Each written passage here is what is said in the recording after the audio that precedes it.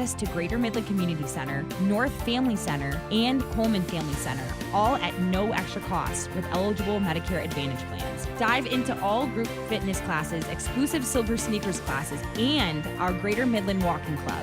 Get moving with Silver Sneakers and Renew Active at the Midland Community Center. The Michigan Baseball Foundation is more than just baseball. It's a driver of economic growth and community. Operating one of the nation's top minor league stadiums, MBF supports job creation and regional development.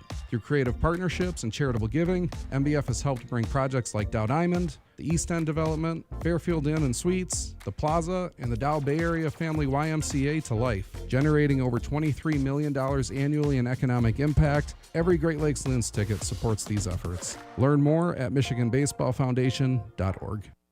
He got it! That's 3 of them! The Great Lakes Bay Region's home for Spartans basketball. MSU opens their 2026 in Lincoln, Nebraska. They toast the new year facing a team boasting an unbeaten record, the Nebraska Cornhuskers. Games Friday, coverage starting at 8, presented by Weiss Equipment. Every MSU game all season long. It's so fun to hear people chanting. Right here on Sports Radio 100.9. The Mitt. The Mitt. We got a game, boys! This week on Sunday Night Football. The final game of the 2025 NFL regular season is a winner-take-all match. The Steelers and Ravens battle it out to win the AFC North. Winner gets a home playoff game, and the loser is headed for some awkward offseason conversations. Coverage at 7:30 Sunday night, presented by Ace Hardware, downtown Midland. Don't miss a moment right here on Sports Radio 100.9. The Mitt. We are the NFHS. That stands for the National Federation of State High School Associations. But really, what we stand for, together with the MHSAA, are the 292,000 high school sports students in Michigan. And so we stand. We stand for the runners, soccer, and basketball players. We stand for their coaches, administrators, and officials. We stand for the swimmers, football players, and wrestlers. We stand for the golfers, softball, and volleyball players. We stand as the national leader and advocate for high school athletics and all who participate in them and make them possible. Because it is our purpose to ensure that high school students get to play, perform, and compete together. To learn more about who we are and what we stand for, visit nfhs.org. From the Blazy Electric Studios, this is Sports Radio 100.9 The Mitt. WLUN, Pinconning, Bay City, Saginaw, Midland. Michigan sports aren't just a game, they're a way of life. And now we've got a show dedicated to die-hard sports fans like you. Hosted by a guy who's borderline obsessed with the wins and losses of all your favorite teams. He's crazy. Every weekday morning from 9 to noon, Ben Bosscher brings you the talk that matters. The teams, the stories, and the players you care about most. This is the Ben Bosscher Show, built by Bresky Siding and Building Repair. Remember that.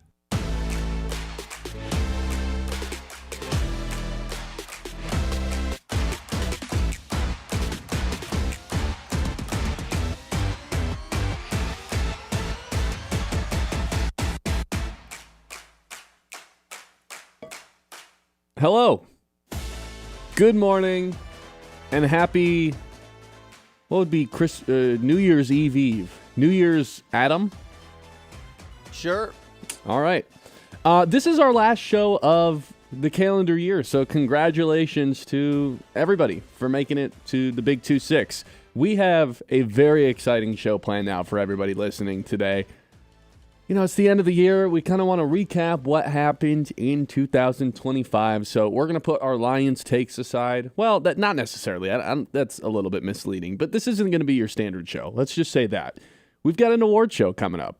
The Middies. The very first annual Middies Award. Taking us trip down memory lane. Handing out 25 different Middies Awards. And then an additional first team all Detroit for the best athletes over the course of the calendar season. We're going to jump into that in about 10 minutes. It's a show that Kyle and I have basically been prepping for about 10 days, I would say. This is an idea we had maybe a week before Christmas. So this is something that we've been super excited about, little passion project on the side. We're going to bring it to you guys. 26 different awards here coming up soon. But to kick things off, as normal on Tuesdays, Dylan Clark, Saginaw Spirit, voice of the Spirit, is here with us. How's it going? How you doing? I'm doing pretty good, back in town for a couple shows. We'll be back on Friday, but the holidays are always nice, just a little break. Yeah, good little reset point. I think it does wonders for everybody. Clearly, as we came out of the gate pretty well here in the second half, but good to see friends and family. I know for myself, for the staff, for all the players as well.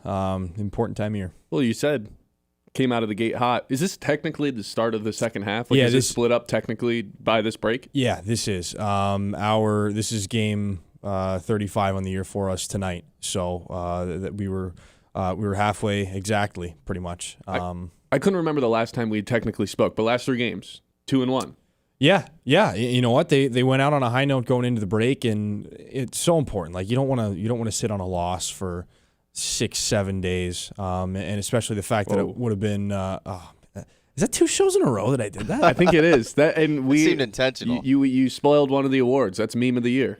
Oh, it shouldn't. Well, so give it up to Dylan Clark for using meme of the year. Wow. Woo! What a start today. Holy. What was I even saying? I'll tell you this. The days after Christmas and between New Year's, they don't count. They go into an abyss. Yeah, I don't know where I am right now. I got it. It's we got. I was telling you on the walk up here. We got 5 games in 8 days. Like, just get thrown right back into it. So you and I are working. We're talking to a microphone for a living. I've got no problem working those days in between. Most people are checked out, and I think we'd be lying if we said that we were 100%. Everybody's checked out between Christmas and New Year's. Those days just go into an abyss. So if you want to say 6-7, go for it. These are practice reps right now. It's basically like a mid-season exhibition. The week in between Christmas and New Year's. We're doing shows. That's a bonus in itself. You're doing games. That's a bonus in itself. Exactly. You don't want to go into the unknown amount of days in between Christmas and New Year's on a loss, because that would have been 7 straight losses for us. So good to get that snapped. Win the teddy bear toss game. You always want to win your teddy bear toss game, and they do it in a little bit of dramatic fashion. They were up 4-1, or 3-1, and in less than a minute, 3 goals against. All of a sudden, they're down to Oshawa 4-3. And you start looking around like, okay, well, is this a here we go again? It wasn't. They kind of put the foot down, and I give them a lot of credit, because they've been through a lot of games to this point in the year where they look unbeatable for the first 20 minutes, and then things fall apart, and then the rest of the game is, oh no, what happened? And then that's it. But they didn't do that. They didn't allow themselves to do that. I thought that was one of the more character wins of the season, going into the break, the last game against Oshawa there. And then, they come back out on the other side of it up in the Sioux on Sunday. You never know what you're going to get, because, again, guys have been away from the game for a little while, and as they should be. Hit the reset button. Spend your time with your buddies and your family, and don't even think about hockey for a few days. But you never know what you're going to get on the other side of that break.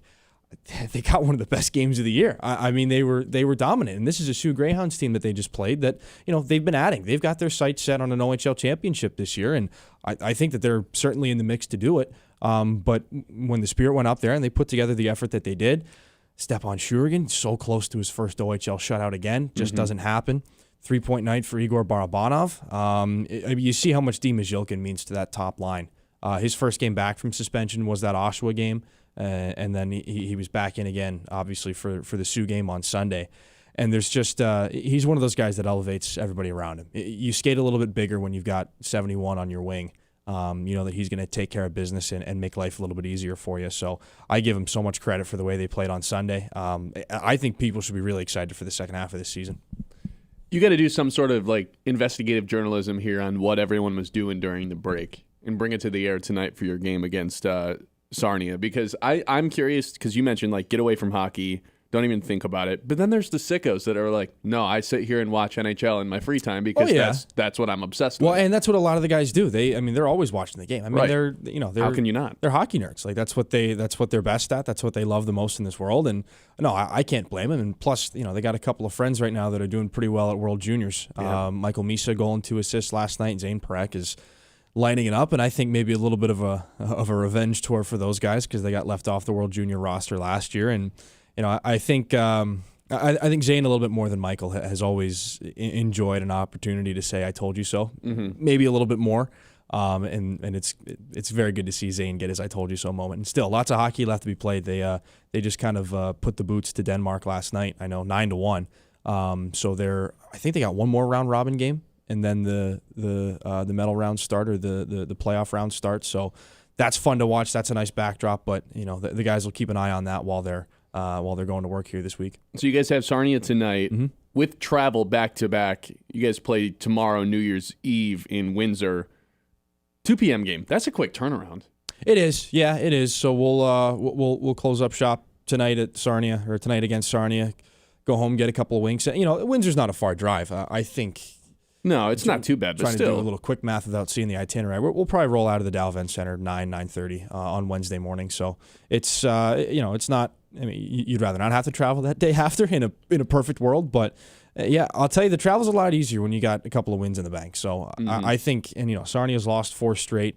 They're in kind of a transition year. They've got a new head coach midway through this year. They got a lot of really good players. A couple of guys that are going to be up for the NHL draft this year, and Beckham Edwards, Alessandro Diorio. So they'll be fun to watch. And I'm looking forward to that. But this is a winnable hockey game. And again, for a Spirit team that did not have the success that they were looking for in the first half. You can see exactly what this team's made of here as they start half number 2. And then you guys are back at home on Saturday. What are the cool promos coming up for the home games? Yes. So you know what? Tonight we'll have you are familiar with Henry the Hockey Dog, right? I don't think so. All right. Well, we have a dog. He's a team dog. His name is Henry. He comes out. He delivers goodies to fans in game. He's always around for pictures. I know the kids love him. But he has recently had puppies. The puppies will be making their Dow Event Center debut tonight. Oh my God! So there's going to be a lot of dogs roaming around the Dow Event Center. We're very excited for that. I don't think they can physically drop the puck, but they'll be out there for a little puck drop.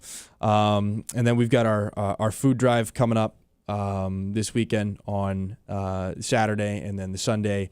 We've got our Go Gus Go night. It's a charity for a little guy with Angelman syndrome.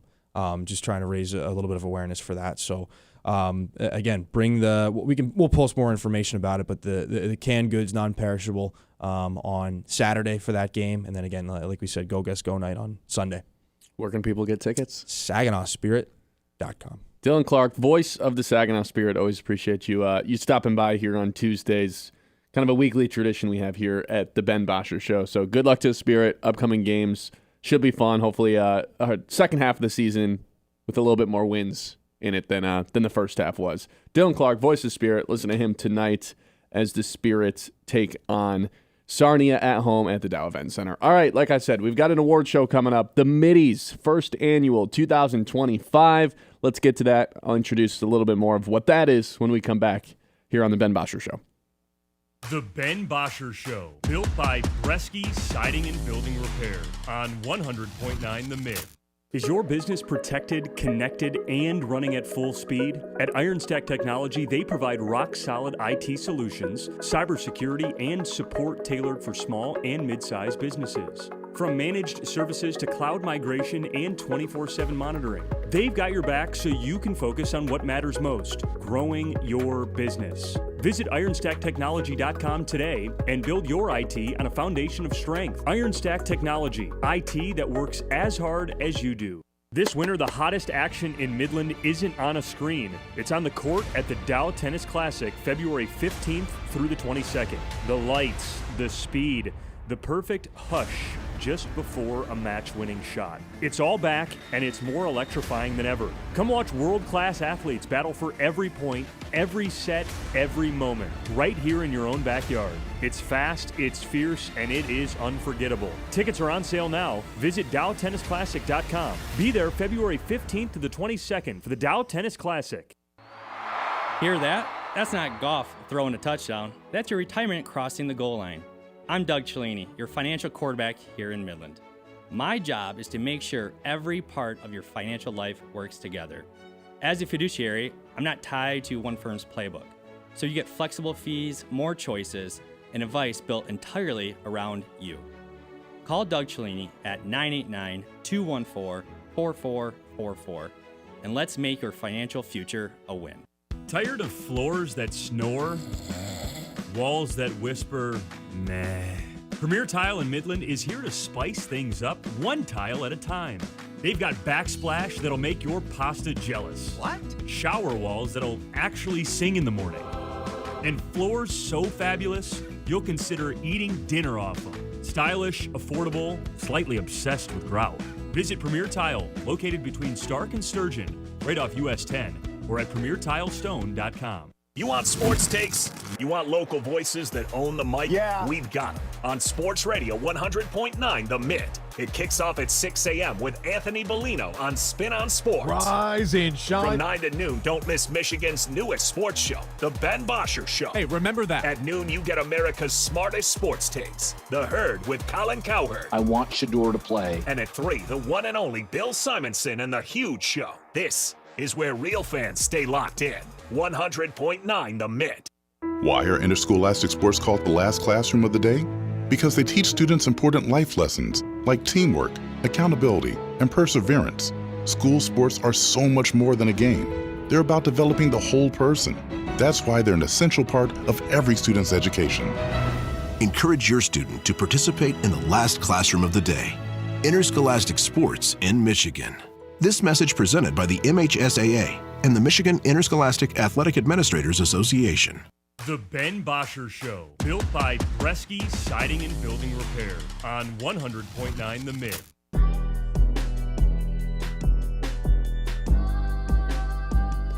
All right, welcome in to the first annual Mitty's Award ceremony. Woohoo! Thanks to Dylan Clark for coming on, kicking off the show. But now we are moving on to what is a show that we have been looking forward to for a couple of weeks. What is a show that we have been excited about for a long time here at 100.9 The Mid. It is our Mitty's Awards. Kyle, this is our inaugural Mitty's Award. I think this is something that we're going to be able to do for a long, long time here. I don't want this to ever go away. Here's the thing. I have 25 different awards fitting for 2025.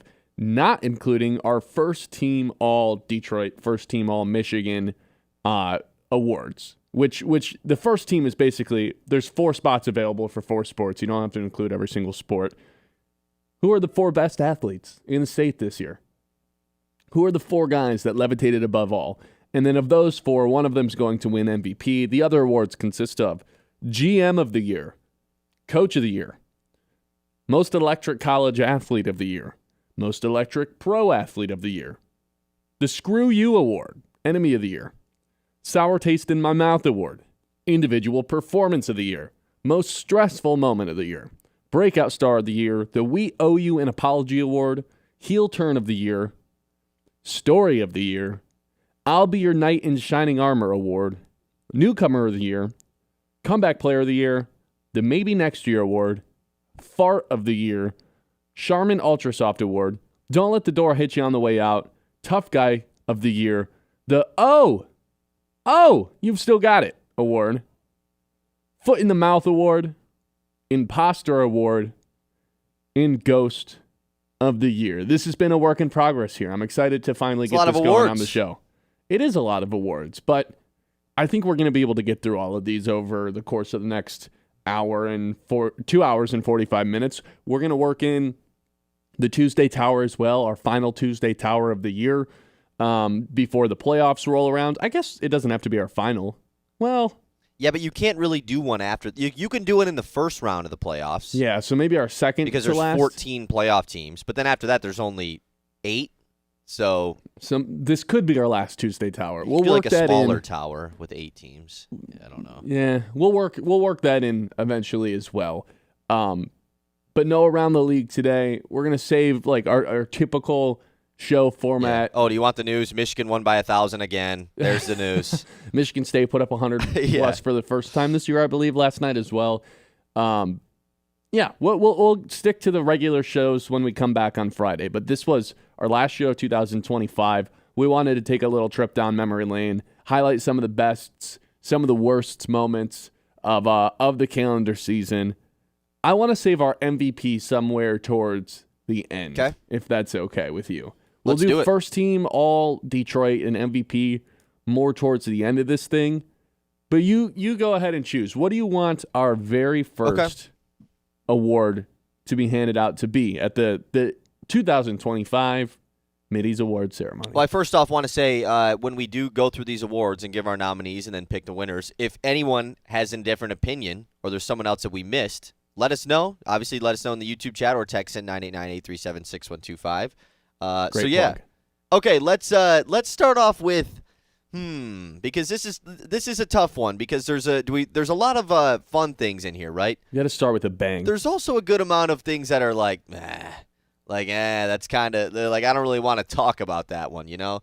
You're right. We do have to start off with a bang. I think starting off with a bang would be to go with individual performance of the year. I think that would be a lot of good ones. I think that would be a fun one to go with because a lot of these are about players and about, just things that were done across the entire year. This is a one-time thing. One game, one night, one performance that broke anything. I have 4 nominees, but I think we have to add a 5th because there's one I forgot about. Okay. And one person's going to be on here twice because he had 2 different performances that were worth a nomination for this.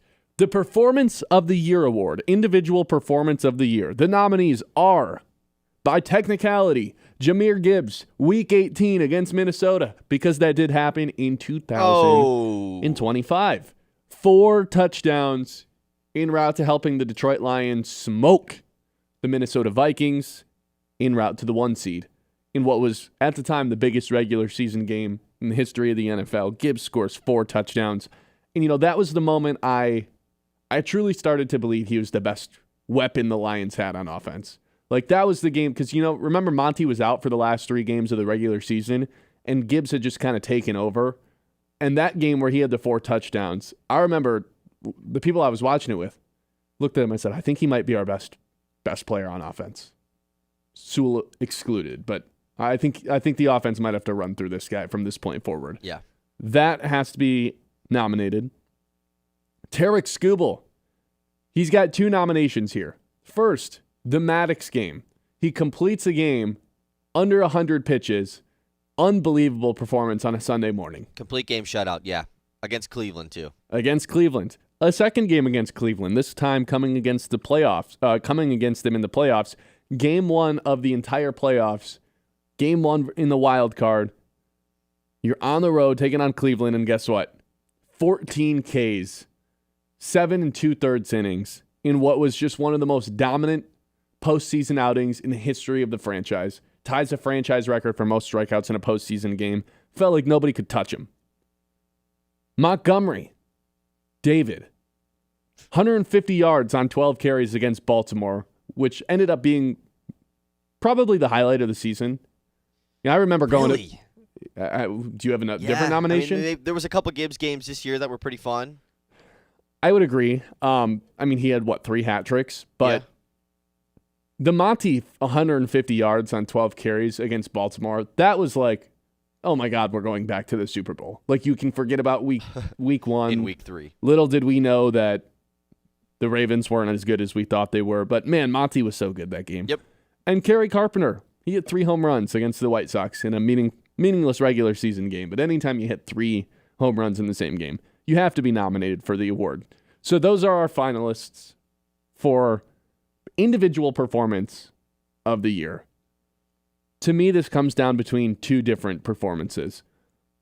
Thank you. Good mention for David Montgomery. Yeah, it wasn't even the best running back performance of the year, though, so it can't be overall performance of the year. Shout out Kerry Carpenter.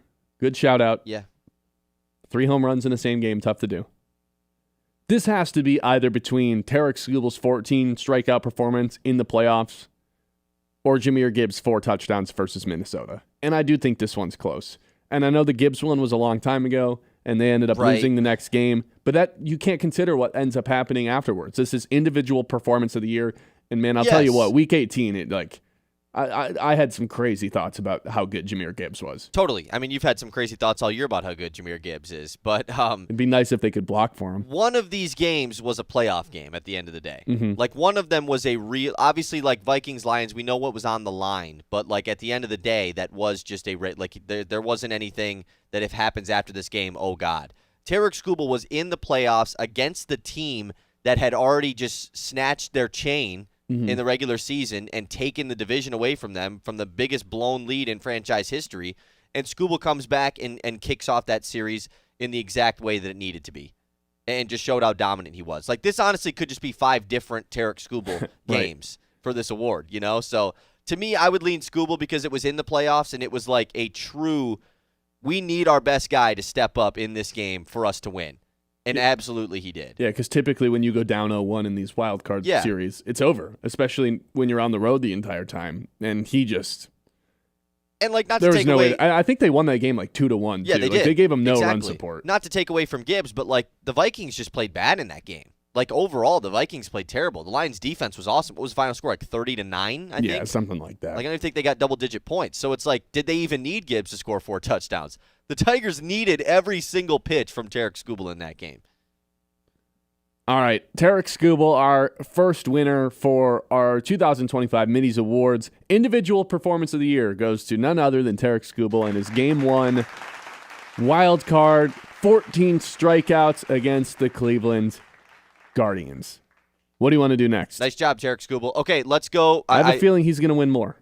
Yeah, I mean, he was, what is he, like the Cy Young or something? Something like that. He wasn't bad. He was pretty good. Okay, let's move on to, since there's a good amount of fun ones on here. Let's do a fun one. How about the We Owe You an Apology Award? The We Owe You an Apology Award. Turns out we were loud and wrong.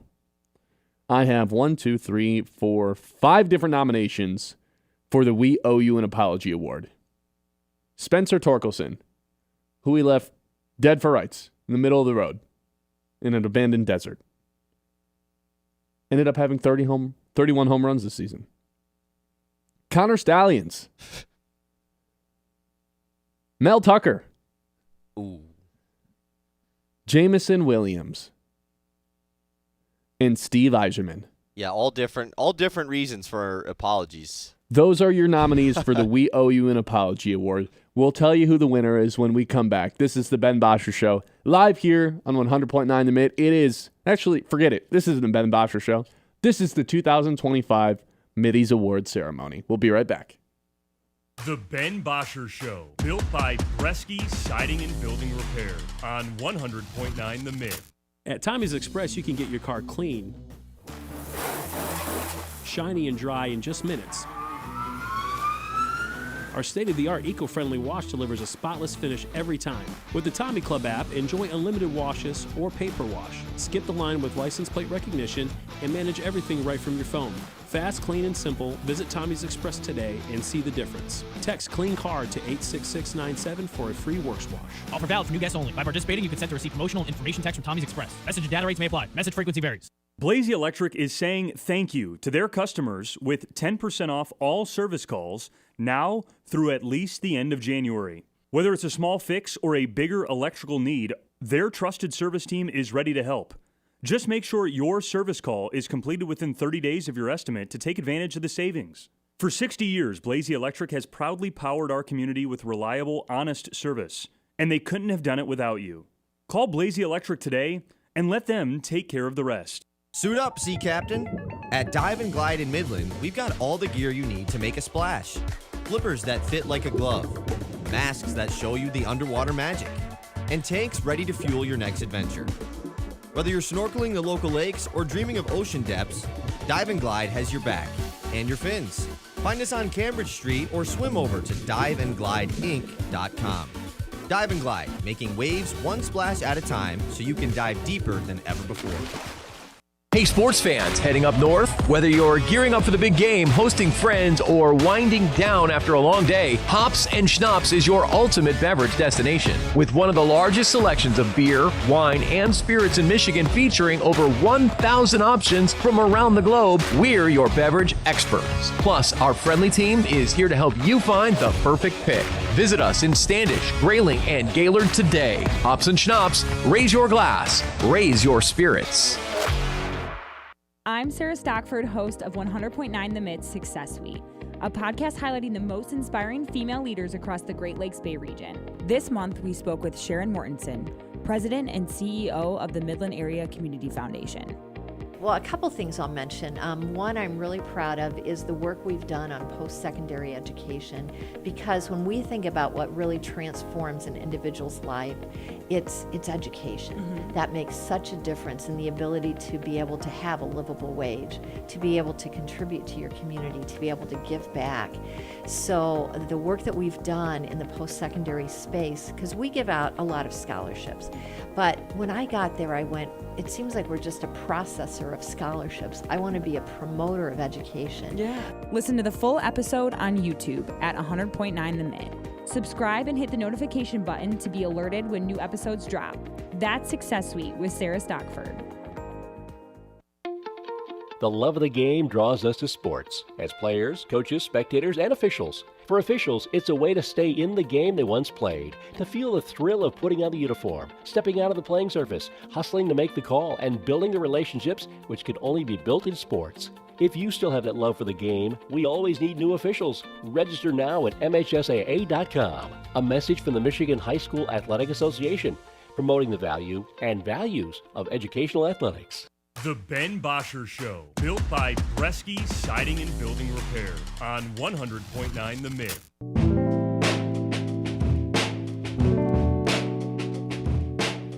Welcome back into the Middies 2025 edition. We are giving away 25 awards for the Michigan sports this year. We left you off by giving you the nominees for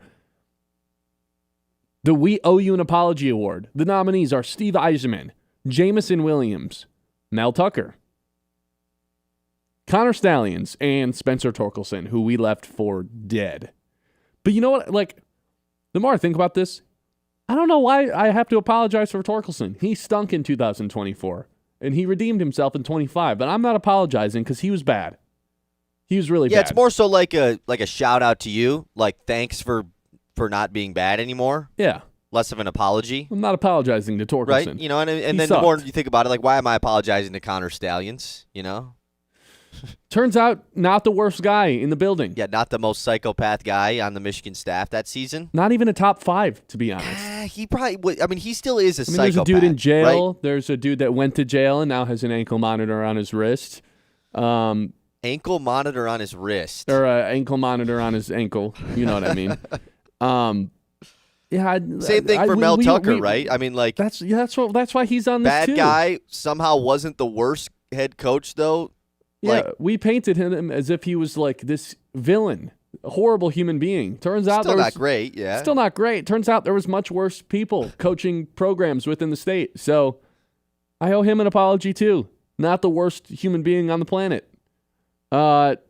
Feels a bit wrong for them to win the award, though, right? Yeah. Jamison Williams, I think, is a good nom, though, because at the beginning of the season when he got his contract extension, I was very much in question of like, hey, man, that seems pretty aggressive. You just drafted a receiver. He hasn't proven anything yet. He's got to prove that he can stay on the field. But here in the second half of the season, that looks like a contract that you would do 10 times over again. In fact, it looks like a contract that might even be a team-friendly deal at the end of the day if Jamison Williams is going to keep playing the way that he has been for the last few weeks. I know it took a little bit of a dip here against the Steelers and the Vikings, but everybody's numbers took a little bit of a dip. But since Laporta went down, Jamison Williams all of a sudden looks like one of the 10 best receivers in the NFL. I think a huge part of that is Jared Goff, and he deserves a lot of credit for making that happen and switching to, hey, Sam Laporta was my reliable third down target. Welcome aboard, Jamison Williams. You're now going to get 10 targets every single game. And he lived up to, getting a higher volume of touches. So I think I owe Jamison Williams an apology. Yeah. Not only because he's playing well, stayed out of trouble this season. And that's probably the biggest part, you know? Yeah. And did he? I mean, he still did he? Did he? Jumped. No, he's not winning any awards. Yeah, Oh my sorry, God. my bad. He jumped on the goalpost. I mean, come on, dude. He did jump on the goalpost, which was costly. That ruined their whole season, according to a lot of Lions fans. Is that right? No, There's I'm some joking. people saying that? I'm just joking. Steve Yzerman, though, might be our leading Feels candidate. like the winner. I don't think anyone had a nice thing to say about Steve Yzerman for, 3 years? 2 years? And specifically you, too. Like, if these awards are picked by, the Middies, Ben Bosscher. Yeah, the committee. Like, I don't know if you've The ever had committee. anything good to say about Steve Yzerman. Well, here's the thing. Ever. When Steve Yzerman was hired, everyone was happy about it. Oh, look what he did in Tampa. And we knew it was going to, take And a long time. It is cool, like, for sure. It is. And then it just started to not live up to expectations over and over and year in and year out. And then it got to the point where it's like, okay, what has this guy done that's actually beneficial for the Red Wings? But there were still some people that were defending him. Oh, it's Steve Yzerman. Give him time. Inherited a worse situation. And then it feels like that audience dwindled away more and more the last 2 years to the point where everyone walked into this season like, hey, man, this is either going to work out this year and they're going to be in the playoffs or it's not. And if they're not, goodbye to Steve Yzerman. And look at that. The Detroit Red Wings are in first place in the Eastern Conference right now, or at least tied for first place. I didn't check if Carolina played last night, who is the team they were tied with at the top of the standing. So my vote's going to go to Steve Yzerman here because, man, everybody was ready to leave this guy in a box at the orphanage before he ended up in first place right now. Obviously, no championships won or anything. They still got to hold on and make the playoffs, but we wanted this guy out of the chair. And look at that. The Wings are in first place. Yeah, I'm with you. Steve Yzerman, congrats. Congratulations. You win our second Mitty of the afternoon, of the morning. It's a morning award show, the rare morning award show. All right, pick our next winner here. Individual Performance of the Year went to Tarek Skubal. We Owe You an Apology Award goes to Steve Yzerman. All right, we're being too nice. Fart of the year. Man, right away. Yep. Who took the biggest fart this year? Given to the person who took the biggest fart. That's right. What does that mean? I think it'll make more sense after I give this explanation, or after I give the nominees. 4 of them. Brad Holmes. Not great. Not a great season for Brad Holmes. Graham Glasgow, who I'm pretty sure the Lions tried to replace on 3 different occasions this season. They tried to bring Frank Ragnow back out of retirement. They tried to have Tate Ratledge play center the first couple days of training camp. And then they just straight up benched him for Kingsley Eguaquin in the last 2 weeks. Pretty big fart. Didn't live up to expectations that were already basically non-existent. Speaking of that, Jonathan Smith. A great nomination. Bar was low. What was the over-under? 5.5? 5.5, and it was like the expectations for some of these guys were much higher. For John Smith, it was, hey, be mid. Can you go 500? Be 6-6. Like, we would all be happy. And not only did he not go 6-6, he didn't win a Big Ten game until the season was over, and they were playing in Ford Field in the last week of the season. And then he got fired. Guys who have not been fired but still took big farts this year include our last nominee, John Morton. Anytime you get your play calling duties taken away in the middle of the season, you took a pretty big fart this year. A lot of good nominees. I think that Brad Holmes has to be excluded because he still did good things this year, whereas and you look at none of the other guys did. And you look at the Brad Holmes draft class from 25, and as much as we've said, hey, drafted last 2... Tesla. Okay, relax. The first 3 picks didn't end up being as disastrous as we might have thought initially because Tesla really came along at the end. I think all of us like Tate Ratledge, one of the 2 guys on the offensive line that you don't really have to think about replacing, him and Sewell. Everyone else, that'd be pretty worried about your job. Right. But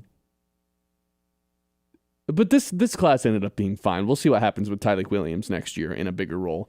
But I think this one has to be between Glasgow, Morton, and Jonathan Smith, all of which have pretty good cases as to why they should be the Mitty Award winner for Fart of the Year. I think that Glasgow also has to be taken out because he already was bad last year. Like, it's not like he was coming in and we were like, man, Graham Glasgow, like, high expected. Like, yeah, he had to take over for a big spot, but what, did we think he was going to be good? No, but I don't think we thought he would be this Whereas bad. Jonathan Smith, he got it was benched. like, man, like, you're going to be better this year, Jonathan Smith, right? Like, you just expected it. John Morton, it's like, dude, yeah, you're taking over for Ben Johnson.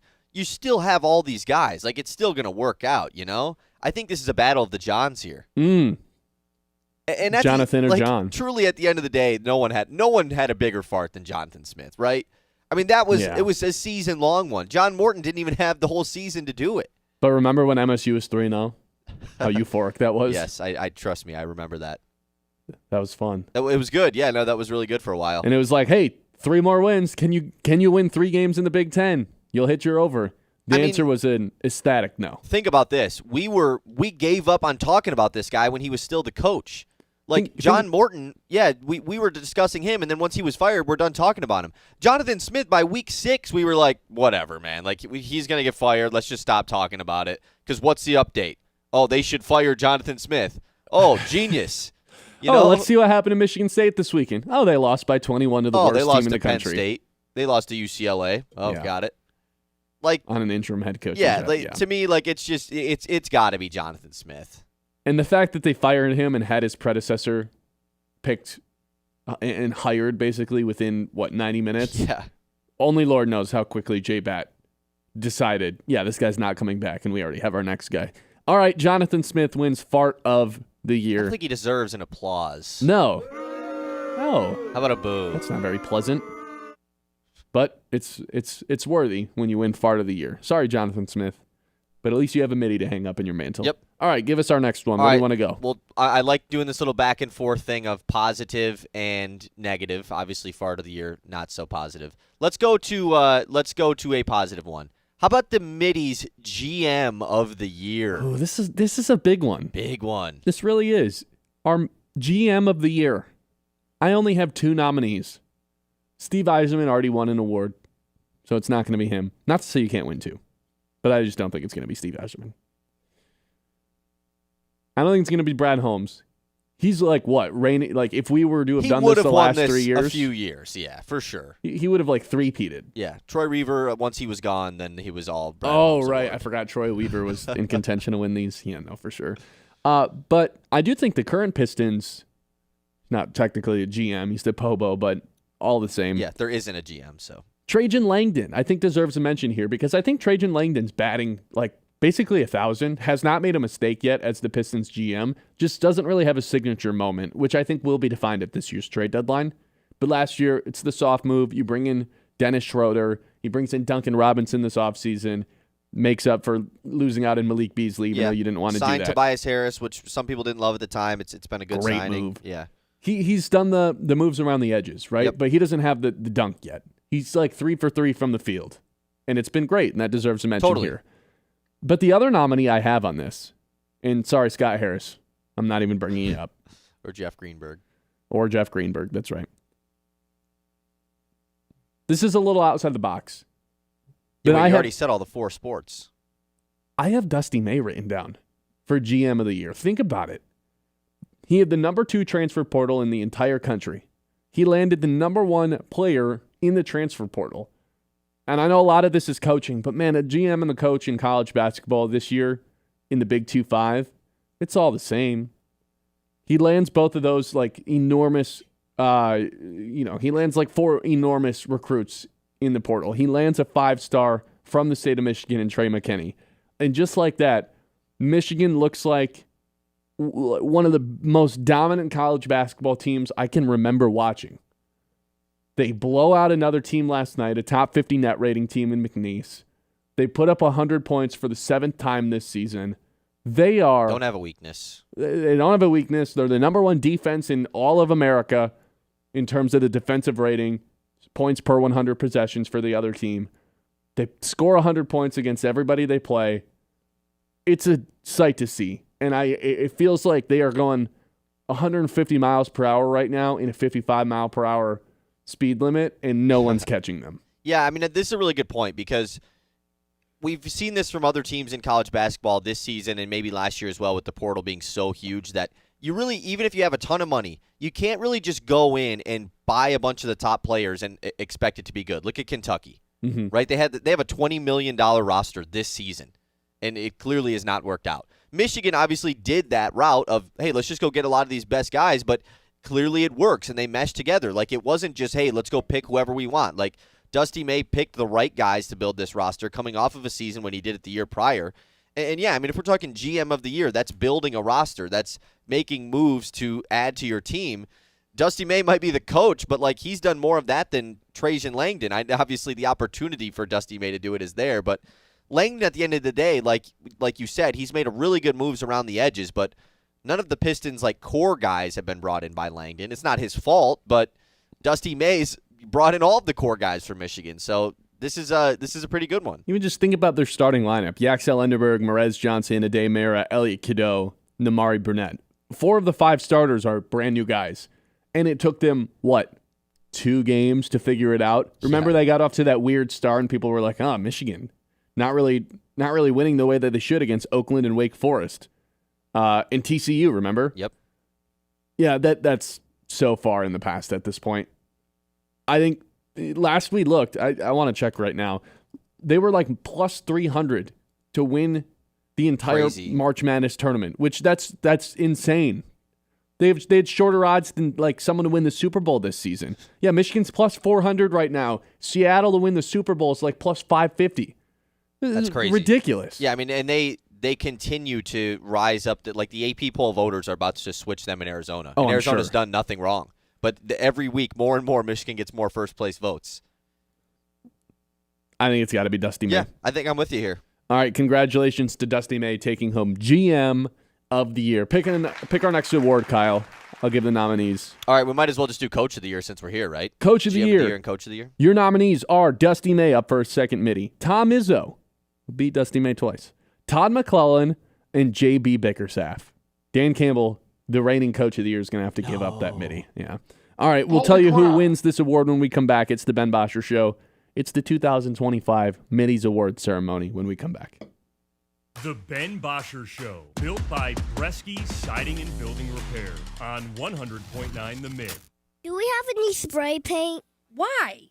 I need lots of paint. I'm going to paint the house. I don't think so. But it looks bad. Well, you can't spray paint the house. And then let's call Bresky Siding and Building Repair. They can do it. Is your siding looking faded, worn out, or just in need of an update? Call me, Derek Bresky, at Bresky Siding and Building Repair today for all your siding, roofing, and gutter needs. From the depths of the ocean to the farthest reaches of space, Corning's technologies push the boundaries of what's possible. We're the world's leading innovator in glass and ceramic science, and we're innovating right here in Michigan. Corning's solar wafer site in Hemlock is helping guarantee American energy security. We're investing in our local Michigan communities. That's why Corning is a proud sponsor of the Great Lakes Loons. Learn more about Corning today at corning.com.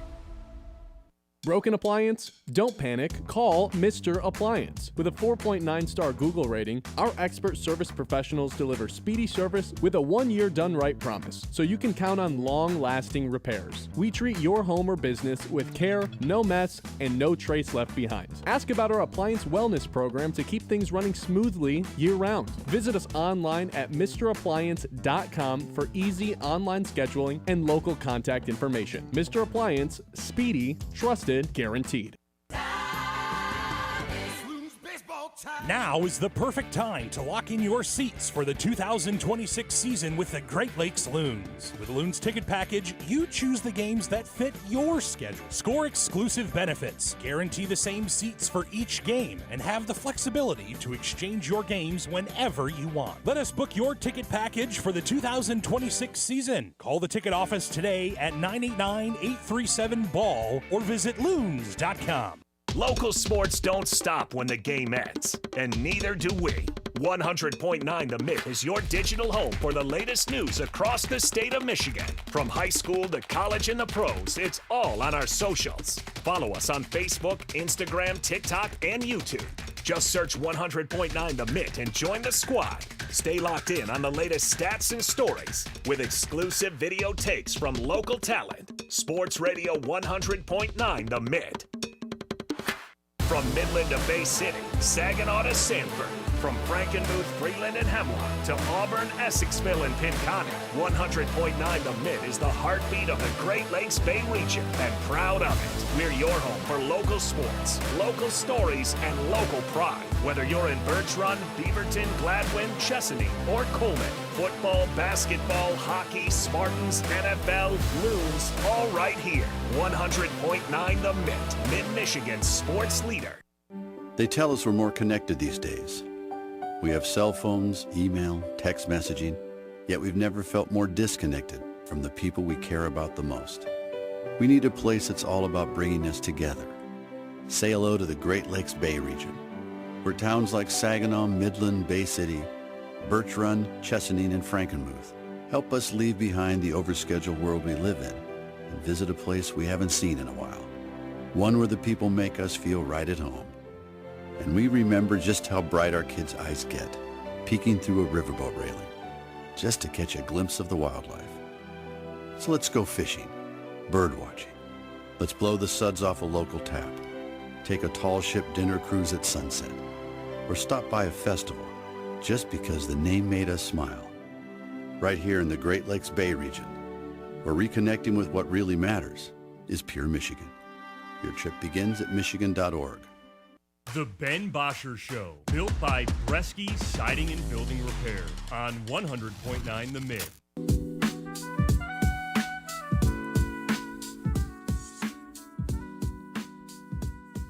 (989-837-6125). We're doing our annual inaugural 2025 Mitty's Awards ceremony. We left you off with our Coach of the Year nominees: Dusty May, Tom Izzo, Todd McClellan, or JB Bickerstaff.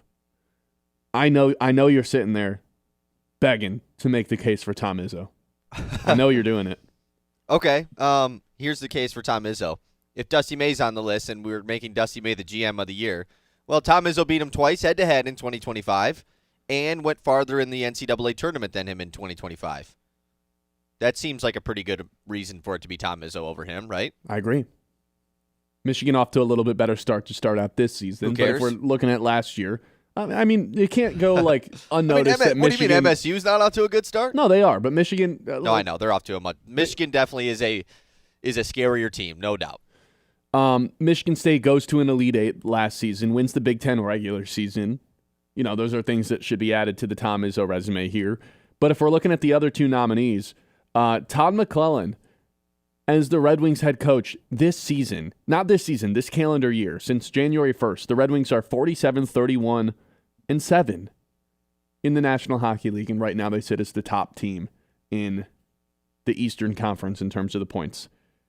Scorching hot right now. Remember last year after they fired Lalonde, they got scorching hot basically immediately, and they were so far in a hole that they had put themselves in because of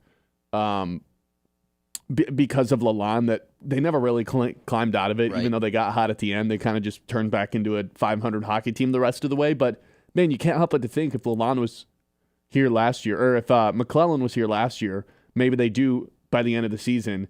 And if they don't get off to the worst start ever, they do get to play in the playoffs and end that drought.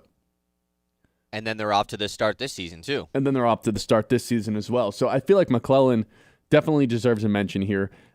Pistons record. Remember, this is kind of the funny part. The Pistons got hot last season on January 1st. At the calendar term when Ivy got hurt. Yeah. That was the turning point for the Pistons season. That was when they started winning games. They're 54-28 since January 1st of this season. That's a hell of a good record with a chance to improve it tonight against the Lakers. They go into the playoffs. The problem is, and 13-game win streak too in 2025. That has to be mentioned when you're talking about JB Bickerstaff for Coach of the Year. The issue here is there's a couple moments you can look at in the playoffs specifically and be like, For JB? For JB. And I don't want to knock him for being in the postseason. Like, AJ Hinch should probably be mentioned here too. I can't believe we didn't nominate AJ Hinch. Yeah, he deserves a nom. I mean, went to the playoffs. Let's throw him in the nomination as well. But blew the biggest division lead ever. So, blew the biggest division lead ever. It wasn't really his fault, but it kind of just has to be him not to win it. But also, pinch hit Riley Green and took him out of the game for the lefty-lefty matchup. You take out your best bat. I'll never agree with that. 2024, I think, would have been a better A.J. Hinch Manager of the Year case. Agreed. And I'll never get behind taking your best player out of the game. And then we can get into the Scooble thing, which is totally separate. The thing for JB is, like, yeah, you mentioned it. Like, made some tough decisions in the playoffs. I still think he's terrible with the coach's challenge. He never has it saved for the end of the game. No. He always uses it in the middle of the second quarter, and it's always on a play that it's like, bro, like, if you're going to use this now, it has to be a guarantee, and it's not. And anyways. Right now it feels like he's still experimenting with the lineups that he has. Yeah. He's just kind of throwing out stuff and seeing what works. But also, taking out like Asar in said, Game 6, that is unforgivable. McClellan hasn't had the opportunity to do something like that in the playoffs. You know, Right. like at least JB's team got there. And obviously, like, I mean, they were both 2 years, but McClellan not full 2 seasons, like you said, so give him the benefit of the doubt. I think that Bickerstaff, what he took over was probably much worse. In a Monty Williams, the team lost 28 games in a row the year before that. But there was also more pressure on McClellan to come in and win immediately. Like, with them keeping... was there not with JB, too? There was, but the fact that they fired a coach mid-season for a team that had playoff expectations... Yeah, and it's not like McClellan was the interim either. It was like, boom, you're the coach. You're the head coach. Yeah, you are the coach now. It wasn't an interim thing. Yeah, that's a good And it was point. basically hey, this is my last-ditch effort to make this not my fault from Steve Yzerman. This was... I mean, if McClellan wouldn't have worked out, Yzerman would be as good as gone. So this is almost like a do-fold here. Like, we owe you an apology, Steve Yzerman, for hiring the coach of the year in Todd McClellan. I think we talked ourselves into it. Todd McClellan, your 2025 Coach of the Year, coach of the Detroit Red Wings for our Middies 2025. Nice. Let's do one more before our last break of the hour. All right, one more. Let me think of a good one here to get in before the end of the break.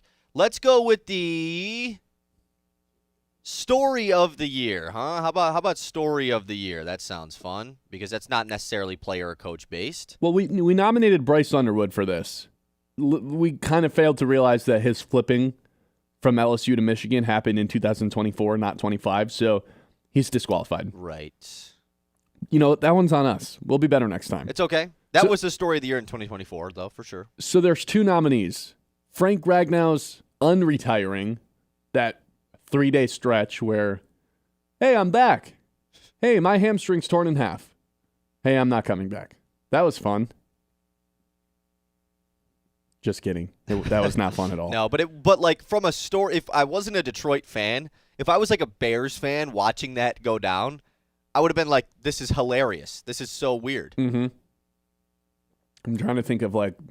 just the range of emotions that us Lions fans had in that stretch. Day before Thanksgiving, you're amped up to play the Packers. Right. You get but that like we motivation also were like, man, the season is just like it's kind of riding on this game. Yeah. And then boom, Ragnow's back, and it's like, wait a second, we're going to the Super Bowl. We're baby. winning the Super Bowl. Yeah, like this, we're so back. You lose to the Packers, like dang, it sucks. But now this season isn't riding on this game because Frank Ragnow's still coming back, right? So at least there's still a little bit of hope. No, never mind. Nope. He's not. Your season's over. And his hamstring's in half. Yeah, and he can't Something walk. still really fishy Even about though he that. showed up to the facility, he didn't even walk there. Something doesn't add up about that. The other nomination I have, much longer story. Not Frank Ragnow. Kirby Joseph's knee. That just like was a story in training camp and then became like if you were like really locked in looking up these practice reports and reading the beat writers every week, I mean, you knew this was always something that was lingering. And he would take rest days in practice. But then when he actually was really hurt in week 6, and then it was just week after week of he might be back next week. He might be back next week. Well, he might be back next week. Well, hopefully next week. What about next week? Okay, hopefully he's back next week. Yeah, I wasn't a fan of that. That sucked. And that was a much longer story than the Frank Ragnow unretiring. But both of them, bitter endings. The one is just much worse, though, right? The Ragnow one, because of the unexpectedness of it was just like if we're talking story of the year, like Kirby Joseph's knee injury lingering on. Yeah, that was like wow, what is going on here? But Frank Ragnow coming out of retirement. I mean, we were joking about that happening. Yeah. Throughout the season, you know? That was Frank like Ragnow, the only thing that can save the Lions season is if Frank Ragnow comes out of retirement as like a joke. And then he actually did. The Frank Ragnow unretirement was like a punch in the balls. The Kirby Joseph thing was like you were being crushed by a cement block. Like it was just like months of when is this going to end? Like I'm just suffering. But is anything worse than getting punched in the balls? Probably not. So Maybe your all-pro center, fake coming out of retirement? yeah, something still really fishy about that. All right, Frank Ragnow wins our story of the year. This is our 2025 Mitty's Award ceremony. We're giving out awards to, we've got 25 of them. What are we through now? 5? Like 5. Yeah. 5? Okay, well, we still got a lot more to get to here in the 10 o'clock hour and the 11 o'clock hour. Stick with us. It's the Ben Bosscher Show live here on 100.9 The Mid. Live, our annual 2025 Mitty's Award ceremony. Stick with us for more awards when we come back. The Ben Bosscher Show, built by Bresky Siding and Building Repair on 100.9 The Mid. At Scott Family Dental, we treat every patient like family because it's in our name. Our office culture is built on trust, comfort, and care, just like you'd want for your own loved ones. We don't sign contracts with insurance companies, so we can offer the highest quality dental care without compromise. That means your treatment is based on what's best for you, not an insurance plan. Scott Family Dental, compassionate care, lasting smiles. Visit scottfamdental.com to schedule today.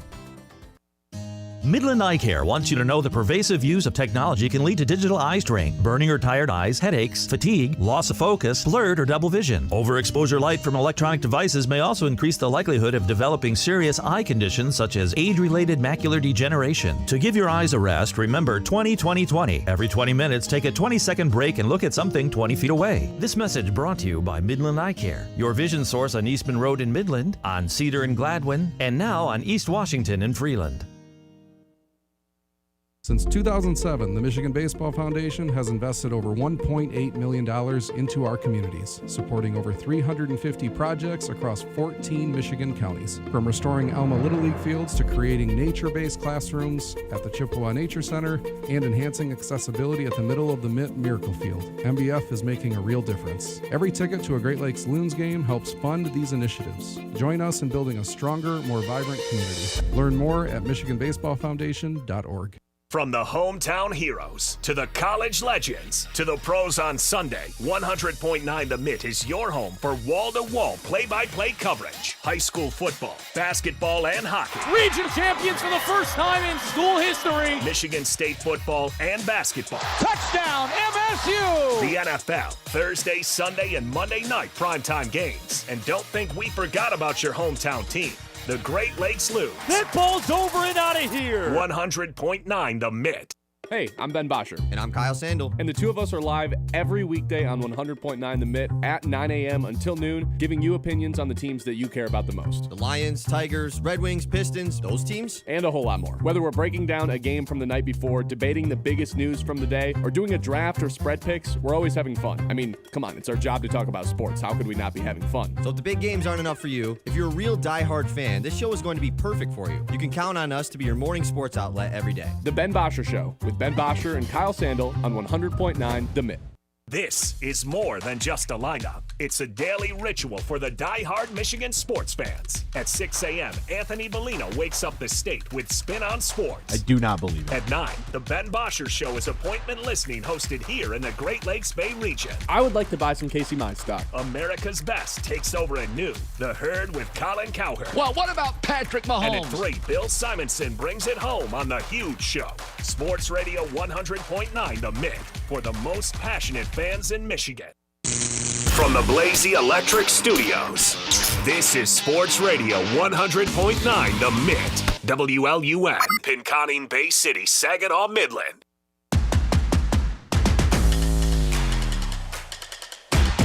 Welcome back.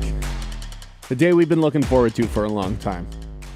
It's the Mitty's annual award ceremony here at 100.9 The Mitt for the Detroit sports that you've come to know and love. A little stroll down memory lane, highlighting the highs, highlighting the lows. I guess those would be considered lowlights. The best, Right. the worst of 2025.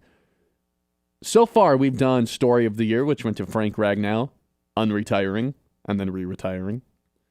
Fart of the Year went to Jonathan Smith. Man, that was a big fart. Ooh.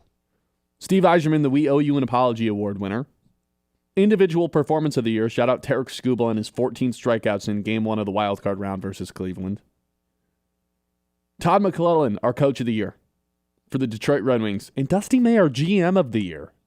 Not technically a GM, but in 2025. Did GM duties, that's for sure. GM duties as a college basketball coach.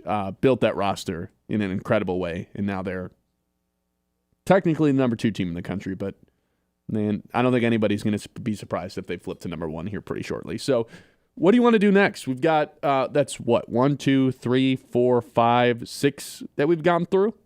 Yeah, let's get to the 7th award. Okay, I think we should do some fun ones here. Let's go to most electric pro athlete of the year. What's your definition of most electric? Not just best pro athlete of the year. Must-see TVs on Sunday or any night of the week that they played. Wait, did you say must-see TV? Yeah, I did. I thought I had it. Never mind. No? There it I is. got 2 words for you. Steve Nash and Chris Paul. Must-see TV. It's got to be one of the best quotes we've ever had on television. Charles Barkley, if this was 2025, would be nominated for the Foot in the Mouth of the award. Foot in the Mouth Award, which we'll get to a little bit later on for talking with the foot in their mouth. Okay, so what are we doing right now? Most electric pro athlete. Yep. I have 4 nominees for you.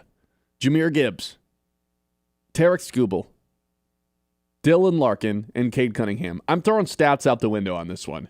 Who do you turn on and you're just mesmerized by? Yeah, must-see TV. It's must-see TV. It's electric. You feel an energy. Anytime they have the ball or on the mound or whatever, or have the puck, whatever it is, you just know something exciting is going to happen. Of those 4 nominees, I think there's a clear 2-man race. No disrespect to Cade Cunningham, Dylan Larkin, one of the fastest skaters in the NBA. NHL. Cade is poised. I think the basketball, the deep basketball fans can appreciate Cade, but it's not like he's doing these like crazy He's John like an Morant Anthony dunks. Edwards, like just a highlight machine. He's just an ethical hooper. Awesome player, yeah, exactly. I think this has to be between Gibbs and Skubal. Yeah, I because agree. when Skubal steps on the mound, whether it's a Friday night Apple TV game, whether it's a Sunday night baseball game, hell, whether it's a Tuesday night, Tuesday during the day, doesn't matter.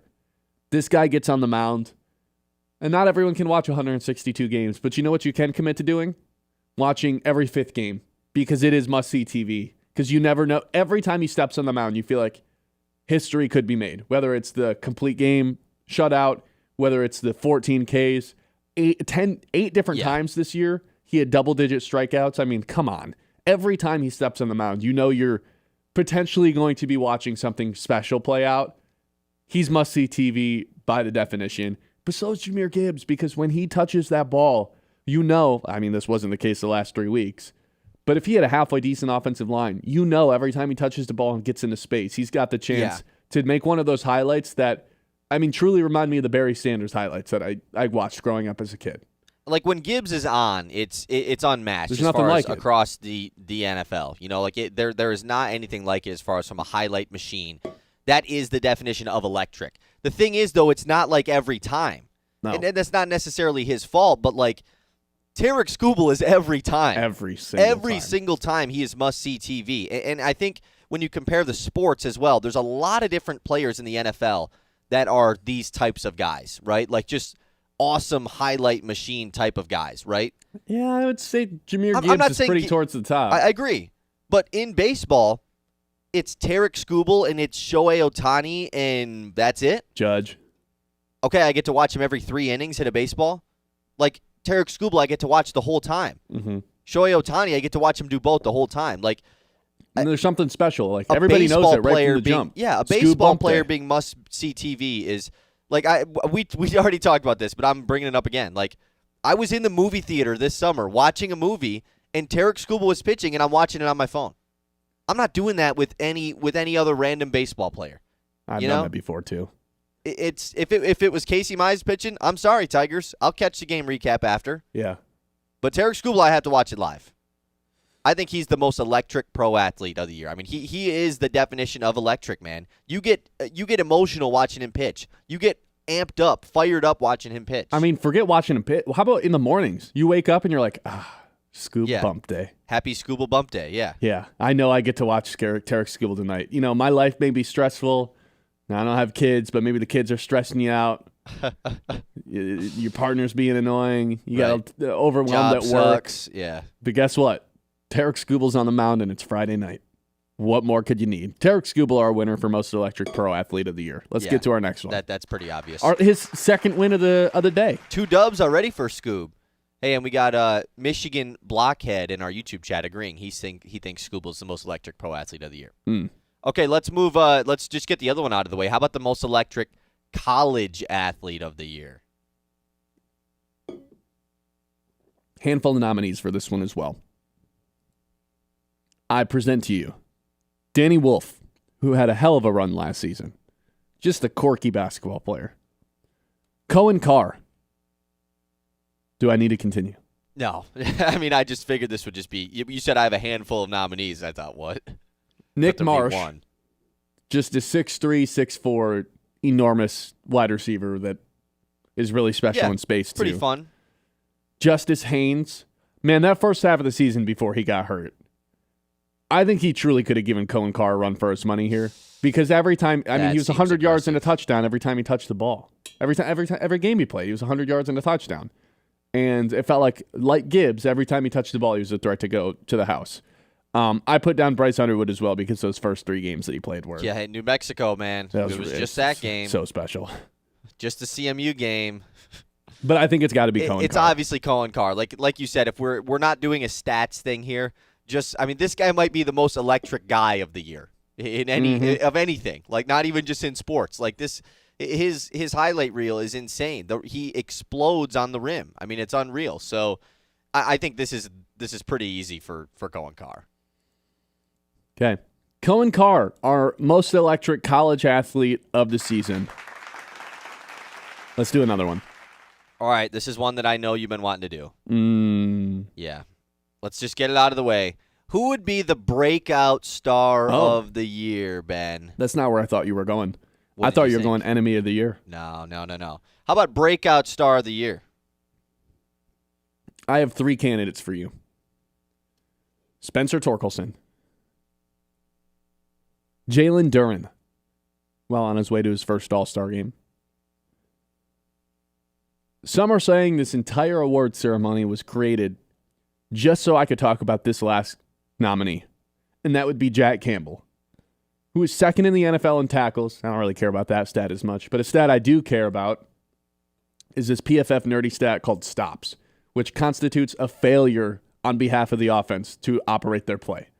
Jack Campbell leads the entire NFL with 64 of those. 64 times this season, he has caused the offense to fail at what they were attempting to do. He's forced 3 fumbles. He has 5 sacks. He has 1 pass breakup on the season. He wore the green dot.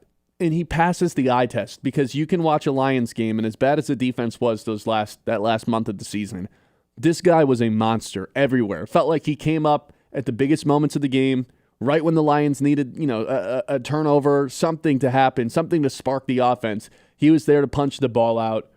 He did it against Lamar Jackson on that 4th down on the goal line in week 3. Time and time again, he's just making the biggest plays. And by the end of the game, he's impossible to not notice because unless it's a deep shot over the top, he's there at the tackle, at the point where the ball carrier gets taken down. Every single play. He is a joy to watch. He is a spectacular athlete. I think he has become the best player on this defense. And the only guy really worth mentioning here for a defensive player of the year. Shout out Aiden Hutchinson. He plays the more impactful position on defense. But, I mean, what Jack Campbell does on a down-to-down basis, there's nobody better in the NFL at it. So not only is he our last candidate, shout out Jalen Duren and Spencer Torkelson, but I think Jack Campbell just has to win this award for breakout star of the year because he went from being a role guy, a nice piece of a defense, to being the leader and best player on the defense and the best player at his position across the league. Yeah. With Fred Warner out, to be fair. Unexpectedly as well. Unexpected. Hey, I called it. I don't think you called this. Do you want to go back and find the tapes? You called him being first team All-Pro. I predicted him to be an All-Pro. Hey man, I don't usually pat myself on the back for when I was right because I get way more wrong than I do right. I would imagine, or at least it's like 50-50 because that's just what you do when you make predictions. We can go find it. Reisman came on as a guest on the show, and I said, "What do you think about this? Jack Campbell, first team All-Pro," and he told me I was crazy. Who's crazy now? I got Jack Campbell Okay. as my breakout star of the year. That's pretty good. I think we should go to a negative one now. We've been doing some fun ones. How about the this is an interesting one to me. How about the Don't Let the Door Hit You on the Way Out award? All right. I've got 3 nominees. I'll tell you who they are when we come back. This is the Ben Bosscher Show, live here on December 30th, our final show of the year, giving out awards. And I'll tell you who our nominees for Don't Let the Door Hit You on the Way Out are when we come back here on 100.9 The Mitt, live on YouTube, live on Facebook as well, don't forget. The Ben Bosscher Show, built by Bresky Siding and Building Repair on 100.9 The Mitt. From the depths of the ocean to the farthest reaches of space, Corning's technologies push the boundaries of what's possible. We're the world's leading innovator in glass and ceramic science, and we're innovating right here in Michigan. Corning's solar wafer site in Hemlock is helping guarantee American energy security. We're investing in our local Michigan communities. That's why Corning is a proud sponsor of the Great Lakes Loons. Learn more about Corning today at corning.com. Need a unique, versatile space for your next event? From the moment you arrive at Dow Diamond, it's easy to see how it's more than just a baseball stadium. With private areas for groups as small as 30 to large-scale events for 300 plus, even full-service catering, Dow Diamond has you covered. From trade shows, corporate meetings and seminars to holiday parties, high school proms, and weddings, book Dow Diamond for your next event. Just call 989-837-2255 or visit dowdiamondevents.com. We got a game, boys! This week on Sunday Night Football. The final game of the 2025 NFL regular season is a winner-take-all match. The Steelers and Ravens battle it out to win the AFC North. Winner gets a home playoff game, and the loser is headed for some awkward offseason conversations. Coverage at 7:30 Sunday night, presented by Ace Hardware, downtown Midland. Don't miss a moment right here on Sports Radio 100.9 The Mitt. Scrolling? Make it count. Want local sports content that actually matters? Yeah. 100.9 The Mitt is loaded with local highlights, viral plays, breaking sports news, and takes you can't get enough of. It's hot! Follow us on Facebook, Instagram, TikTok, and YouTube today, and you'll never be out of the loop on the Lions, Tigers, Pistons, Red Wings, Michigan State, and even the biggest stories in high school sports in the Great Lakes Bay region. 100.9 The Mitt, Mid-Michigan's sports leader. Bel Air Brown, Dragon's Milk, Mad Hatter, Purple Gang, and Huma Loopalicious. These are names that let the imagination run wild and let the taste buds take a stroll. Welcome to the craft beer craze in Michigan. Bolstered by the Great Lakes and nurtured by the glacier-rich soil, here awaits a brewer's paradise. With fresh hops growing tall in the old Mission Peninsula and fresh barley fields sweeping the mitten, Michigan ranks 5th in the nation in the number of breweries, microbreweries, and brew pubs. From Good Harbor Golden to Whitefish Bay Wheat. From Motown Lager all the way to Park Bench Porter, Michigan is serving up a frosty glass of perfection. Whether you want to take in a game with a Two-Hearted Ale or just sit on a front porch sipping a Steelhead Red, let's tap into life at its fullest and treat ourselves to a taste that's pure Michigan. Your trip begins at Michigan.org. The Ben Bosscher Show, built by Bresky Siding and Building Repair on 100.9 The Mitt.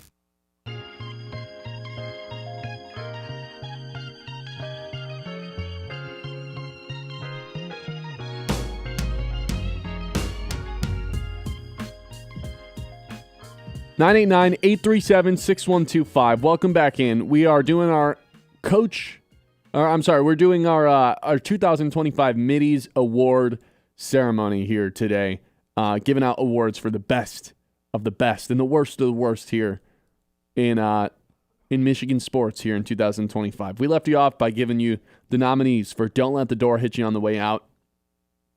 Our nominees are Sharon Moore, Ward Manuel, and John Morton for a tenure so disappointing that the breakup feels or felt necessary. I'm trying to fight off a sneeze. Oh, there it is. there it is. That's the first time sneeze. I've ever sneezed on this show. Wow. I don't know how, but somehow I went 6 months without ever sneezing on it's this like show. 150 episodes. Okay, so this is interesting because you have a couple guys that one of them has already trying to fight that off so hard. One of them has already left the room in Sharon Moore. Well, he was forced out of the room actually. Mm-hmm. And then Ward Manuel's still in the room, but like they've been trying to get he's so close to the door, but he hasn't left yet. Mm-hmm. They almost have him trapped there. Yeah. He's in the foyer. You know the scene in The Office where it's Phyllis's wedding and Michael keeps trying to get into the picture even though he's not in the wedding? I don't watch The Office. Okay. But, yep. And they kind of have to keep just scooching him away. That's to me Ward Manuel right now. He's just continuing to try to get in the frame. He's got the picture with Kyle Whittingham and everyone in the champion circle and the president's just like, we're going to need you to step a little further away. Okay, a little further. You've never seen The Office? I mean, I've what? seen bits and I've seen a few episodes, but I never watched That's The crazy. Office. Yeah, I know, kind of weird. Anyways, get cultured, Kyle. Yeah, okay, sorry. That should be your New Year's resolution in 2026 to watch The Office. See, I have a hot take. Be able to. I have a hot take about The The Office. Funny, if you tell me it's not funny, man. Anyways, was that what you were gonna say? I don't find it to be that funny. Oh my god. I'm not saying it's not funny, but humor and comedy is a subjective thing, and to me, it's not my cup of tea. It's fine. It's whatever. Yeah, I know. We're really doing this right now. Anyways, you're the exposing third guy, yourself to a lot of criticism right now. From I don't our care. Audience. I think some people probably agree with me. Dumb people. I'm just kidding. Anyways, what award were we doing? Let me finish don't let my the door point. hit you on the Let way me out. finish my point. And then John Morton, your third guy, he's already been kicked out of the room, but it was like a door that went to another room. They were like, get out of here. And then they did, and they were like, crap, we sent him out the wrong door. He's still here. He's still just in the foyer. Yeah, oh, crap, we didn't send him out the exit. Dang it. He's still here. But obviously he's going to be gone. He's in the stairwell. So this is a tough one as far as who is the so disappointing guy. I mean, it has to be Sharon, right? Yeah, but this isn't a disappointing one. This is I can't wait for you to be gone. And honestly, I'm willing to give co-winners here. Sharon Moore and Ward Manuel holding hands, walking out the door. Each have a trophy in their hand, a Mitty in their hand for Don't Let the Door Hit You on the way out. Because is Sharon allowed to come accept his award, though? I don't think so. I'm pretty sure his ankle monitor does not allow him to come to the facility. So we're going to have to mail it to him. Ward Manuel can go hand deliver his award to Sharon Moore for the Don't Let the Door Hit You on the Way Out Mitty 2025. Give it up. I don't know if these guys deserve an applause. I would say I was about to hit the applause, and I was like, nah, I'm good. Okay, let's move on because we got a YouTube comment about a person that's nominated for this award, so I think this would be fitting. How about the You've Still Got It award? Oh, you still got it. I've got a couple guys nominated for this. Some old guys. First nominee for the you Wait, still old got it guys. award. Kyle Whittingham's already up for an award? Man, that's crazy. No, not quite. I've got Tom Izzo, Steve Eisman, and Patrick Kane all nominated for the You've Still Got It award. Tom Izzo, I'm pretty sure he's 97. He went to an Elite Eight last season after, a handful of years where first round exit, really disappointing stuff. He'd squeak into the Sweet 16 maybe. But a lot of these times he's walking into March Madness as an 8-9 seed, and then you'd have to play the 1 or 2 seed in the second round, in the first weekend. So there was, 4 years in a row where it just it didn't feel like Michigan State was a blue blood any longer.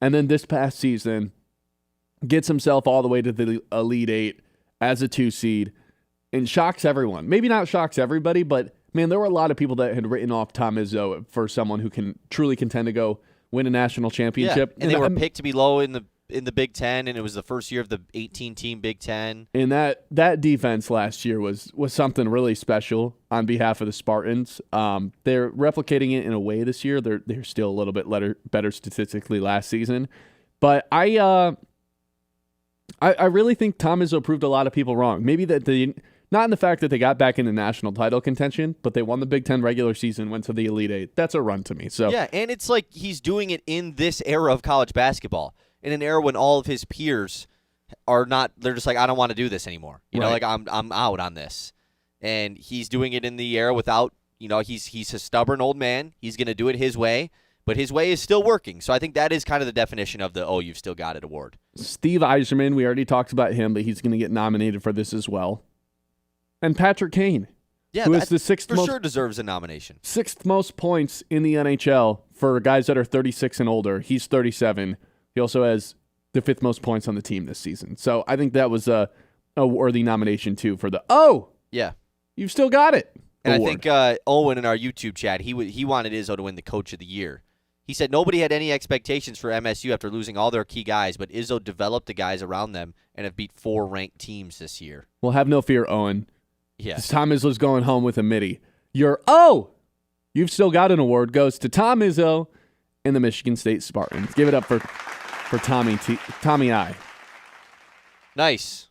His first Mitty. Congratulations. Shout out to Tom Izzo. Okay. Let's do another one. Let's move to... And then we're going to time out and do our Tuesday Tower. And then we'll hop back into the awards. Okay. Well, let's do the Comeback Player of the Year. Comeback Player of the Year. This one's always weird in whatever sport because it's unclear whether it should be from injury, from being bad, from death. There's not really an explanation. Our explanation for the middies is setback, doubt, and then they reminded us of who they are. Jaden Ivey, broken leg, now leading the team in 3-point percentage. Awesome to have him back. I wanted him gone for the longest time, traded away. He's been a nice role player on the team. I've enjoyed him coming off the bench. And also, the shooter that the Pistons desperately needed to be added to this lineup. Yeah. Still would like for him to get more minutes. Aiden Hutchinson also broke his leg and then had 12.5 sacks this season. Leads the NFL in pressures. If you want to say Aiden Hutchinson had a little bit of a disappointing season, I'd say, hey, man, every season he's had is probably going to be disappointing if he doesn't win the Defensive Player of the Year award in the NFL. You're setting yourself up to just be very frustrated with Aiden Hutchinson, even though he's still high expectations, yeah. One of the 6 to 8 best defensive players in the NFL. One of the 5 or 6 best edge rushers in the NFL. Yep. Probably the best edge rusher in Lions history. He's still a very, very good player in this league. Michael agrees that Hutchinson should be the Comeback Player of the Year. But what about Spencer Torkelson, who is left for dead, who's been nominated for a couple of awards here? He was nominated for Breakout Star of the Year and the We Owe You an Apology until we decided we don't owe Spencer Torkelson an apology at all because he sucked in 24. But, man, he broke out as a star this season to the point where he had 31 home runs. Remember, this is someone who wasn't even really supposed to be on the Tigers roster this season. They were going to play Colt Keith at first base and Gleyber Torres at second base. And it was Colt Keith that went down? Gleyber Torres that went down? No, they had to move one of them to DH because they had no third baseman. Oh, that's right. Yeah. And then Torkelson was playing in the outfield a little bit in spring training. I mean, he was not going to make this team. Every Tigers fan wanted him traded or DFA'd or sent to AAA or just not on the Tigers. And he was the most consistent player the Tigers had all season in the lineup. Hits righties and lefties, 31 home runs, near 800 OPS, never slumped. He was awesome this year. Like, he was the most consistent bat the Tigers had in the lineup, other than maybe Gleyber Torres. But he had a bad second half compared to how he had in the first half. Torkelson was steady the whole season. I'm not going to be mad if we end up giving Torkelson this award. Well, yeah, Hutchinson was great. It depends on what you think the Comeback Player of the Year truly is, because like we've talked about it. Are you going with the guy who's going to win it this year, Christian McCaffrey in the NFL? Like, he was injured last year and he came back and was great. Is that your Aiden Hutchinson? Is that your Jaden Ivey? Or are you going the Joe Flacco, Daniel Jones route, where, this guy stunk last year and now is good? Mm-hmm. Oh, well, then let's give it to him. And I think if you go by your definition of it, setback, doubt, and then a reminder of who they are, was there a doubt with Aiden Hutchinson ever? No. Like, we knew he was going to come back and be the best edge rusher on the team, right? No Correct. matter what. Yeah, maybe you didn't think he was going to be Defensive Player of the Year, but there wasn't a doubt that he wasn't going to be a good player. There was a doubt that Spencer Torkelson was even an MLB player. How about this? Let's let the people decide this one. Really? 989-837-6125. Who should win Comeback Player of the Year? Aiden Hutchinson, Spencer Torkelson, And if you really want Jaden Ivey to win it, let us know. 989-837-6125. The people are voting for this year's Comeback Player of the Year at the 2025 Mitty's Award Ceremony. We'll let you know who the winner is when we come back here on the Ben Bosscher Show. The Ben Bosscher Show, built by Bresky Siding and Building Repair on 100.9 The Mid. Hi, this is Kurt Yeiter from Yeiter Insurance Group. When the calendar flips, we all have new goals, new adventures, and new things to protect. At Yeiter Insurance Group, your hometown auto owners insurance agency, they're here to help you enter the new year fully covered. New car, new home, or simply wanting peace of mind for your family. Yeiter's team offers one-on-one guidance to match you with the auto owner's coverage that fits your life. Call Yeiter Insurance Group or visit our website for a free coverage review. Yeiter Insurance Group, your friend in the insurance business. It is the Scholar Athlete of the Month, proudly presented by Fisher Companies here on Sports Radio 100.9, The Mitt. This month's recipient is Anyela Eichelberger from Saginaw United. With a 3.99 GPA, Anyela is a two-sport athlete in volleyball and tennis. She serves as a youth ambassador, a stand-up student, and her art is award-winning.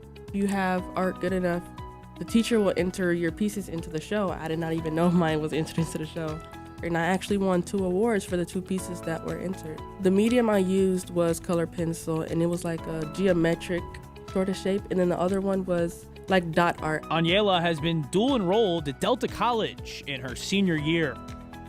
To hear the full interview and nominate a local athlete for our scholarship program, visit 1009themit.com.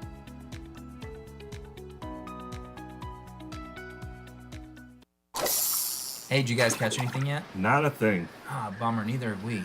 I'm actually just about to head into town. I'm going to go into Higher Standards Automotive. They got this award-winning service department with amazing technicians and this large parts department in case I want to fix it myself. They got the part there. Whatever. No, I'm serious, man. It's out there. Yeah, just like when you tried to convince me Bigfoot was real. Ray? Bigfoot's behind me, isn't he? Yeah, we got it. Run! Get out! Stop into Higher Standards Automotive, North Eastman Road in Midland, right past the mall. Detours driving you bonkers? Ideal Party Store's got your back with the Detour discount. While the Lafayette Bridge is closed, enjoy 10% off select craft beer 6-packs and 10% off 4 bottles of select wine, 750 milliliters or more, with 2 great locations, 908 North Johnson on the east side and 401 Salzburg on the west side. Ideal Party Store makes every detour worth it. Serving Bay City since 1934, we're here to make you the life of the party. Need a unique, versatile space for your next event? From the moment you arrive at Dow Diamond, it's easy to see how it's more than just a baseball stadium. With private areas for groups as small as 30 to large-scale events for 300 plus, even full-service catering, Dow Diamond has you covered. From trade shows, corporate meetings and seminars to holiday parties, high school proms, and weddings, book Dow Diamond for your next event. Just call 989-837-2255 or visit dowdiamondevents.com. From the hometown heroes to the college legends to the pros on Sunday, 100.9 The Mitt is your home for wall-to-wall play-by-play coverage. High school football, basketball, and hockey. Region champions for the first time in school history. Michigan State football and basketball. Touchdown, MSU! The NFL, Thursday, Sunday, and Monday night primetime games. And don't think we forgot about your hometown team. The Great Lakes Loons. That ball's over and out of here. 100.9 The Mitt. Here are 5 good reasons for high school multi-sport participation. Fewer overuse injuries, less opportunity for emotional burnout, exposure to different kids and coaches, exposure to different roles, and learning to compete better. Being a multi-sport participant can help a kid become a more well-rounded person. Multi-sport participation is cross-training for life. Learn more at the MHSAA website. A message from the Michigan High School Athletic Association promoting the value and values of educational athletics. The Ben Bosscher Show, built by Bresky Siding and Building Repair on 100.9 The Mid.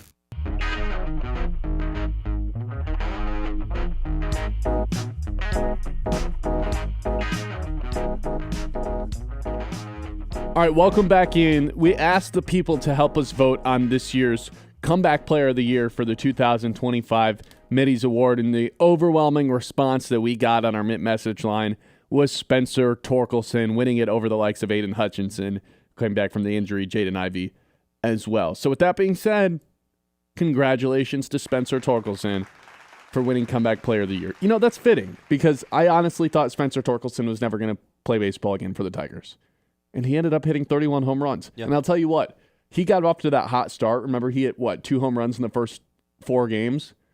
And I instantly hopped on the train, and I bet him to score or to hit 30 home runs.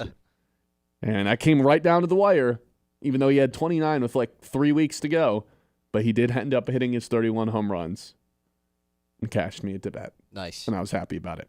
All right, let's take a break from the awards and do our Tuesday Tower. So go ahead and throw that up on the YouTube side if you're watching it there. I'll explain it for the radio people. It's our 10 best teams in the NFL in the form of a tower. Different tiers. Only one team left for the one team available for that top spot, which I guess just has to go to Seattle, but I begrudgingly am giving it to Seattle. I don't trust this team. I don't trust Sam Darnold. They're number one by default. That's the tier I have labeled. That's the name of their tier at the top of this tower. Number one by default because, well, the Rams lost last night to the Falcons. Seattle beat the Rams last week. I don't know who else has a worthy, case for being that number one spot. This is the team that's favored to win the Super Bowl, yet I don't trust this team at all. I don't trust Sam Darnold even a little bit to win 3 playoff games. Do you? No. But should anyone else be at the top? It can't be the Rams. They've lost 2 in a row. It can't be the Rams, and it probably can't be the Broncos. Oh, hell no. Absolutely not. I'm just trying to go through the teams that are in the mix for it. I would say the Broncos are at least in the mix, right? At 13-3. They're down at the bottom. The current 1 seed. The pyramid. It can't be.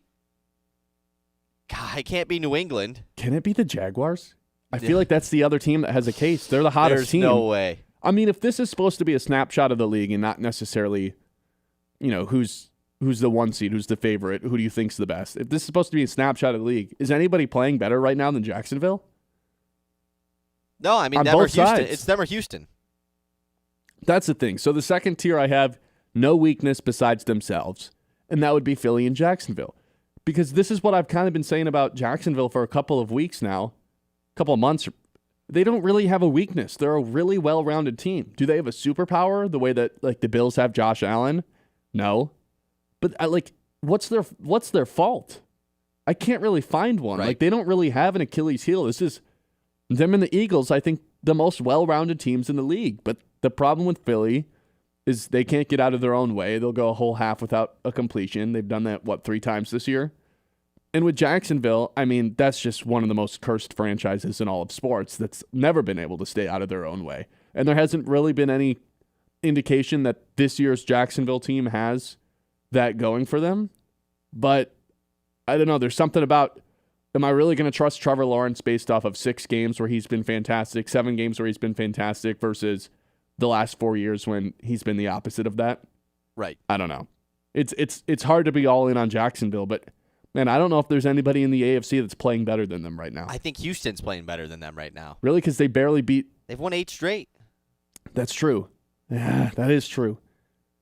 But Houston's barely beat the Raiders 2 weeks ago, Who do you think's a more well-rounded team? Obviously, Houston has the better superpower in their defense, and I think Houston has the best defense of any... Who's favored in a head-to-head matchup right now? Jacksonville, Houston playing round 1 of the playoffs. Where is it? It would be in Jacksonville. I think Jacksonville is by 1 or 2.5. Okay. Would you bet Jacksonville? No. No. Right.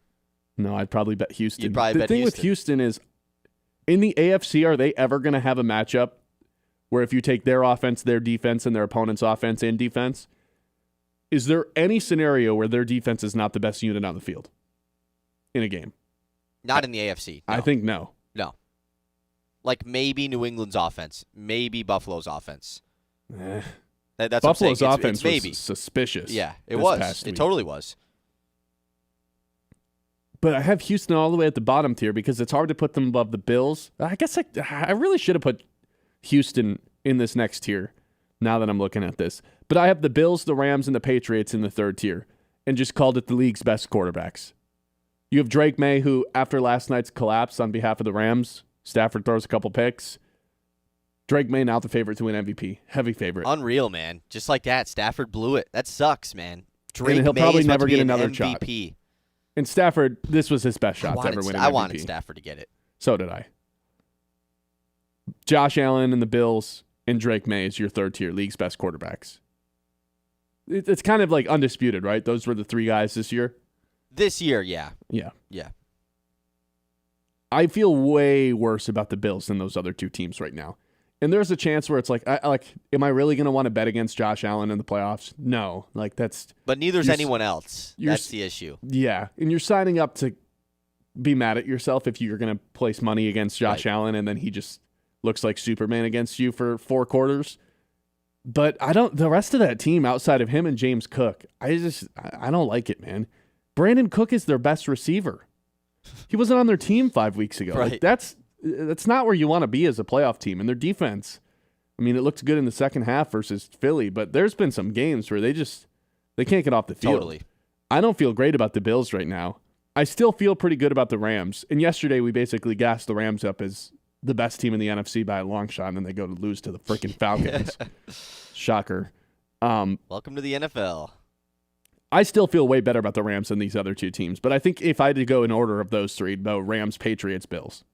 Probably, actually, yeah. Even though it's just like, I do feel the least confident in the Bills, but the Bills against anybody in round one, I'm just like, man, I'm probably taking the Bills. Even over the Patriots? Over the Patriots.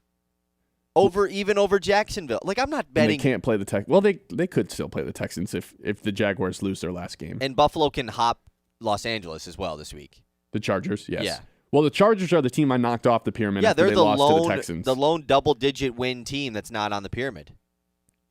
Hey, shout out me, though, for just, refusing to put Green Bay on this all year. Shout out you. I think I had Green Bay on this for one of the 17 weeks, one of the 18 weeks. All it took was their quarterback and their best player getting hurt for them to get kicked off.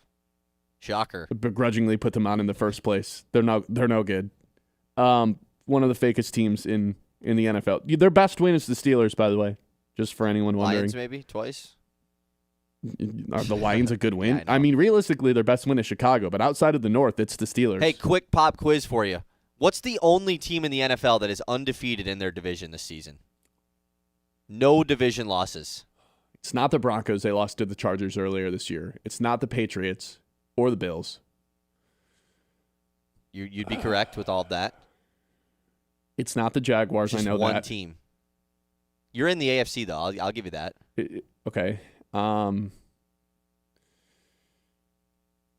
It's not Houston. I know they split. Is it Jacksonville? Nope. Jacksonville is 4-1 as well. They lost to somebody, obviously.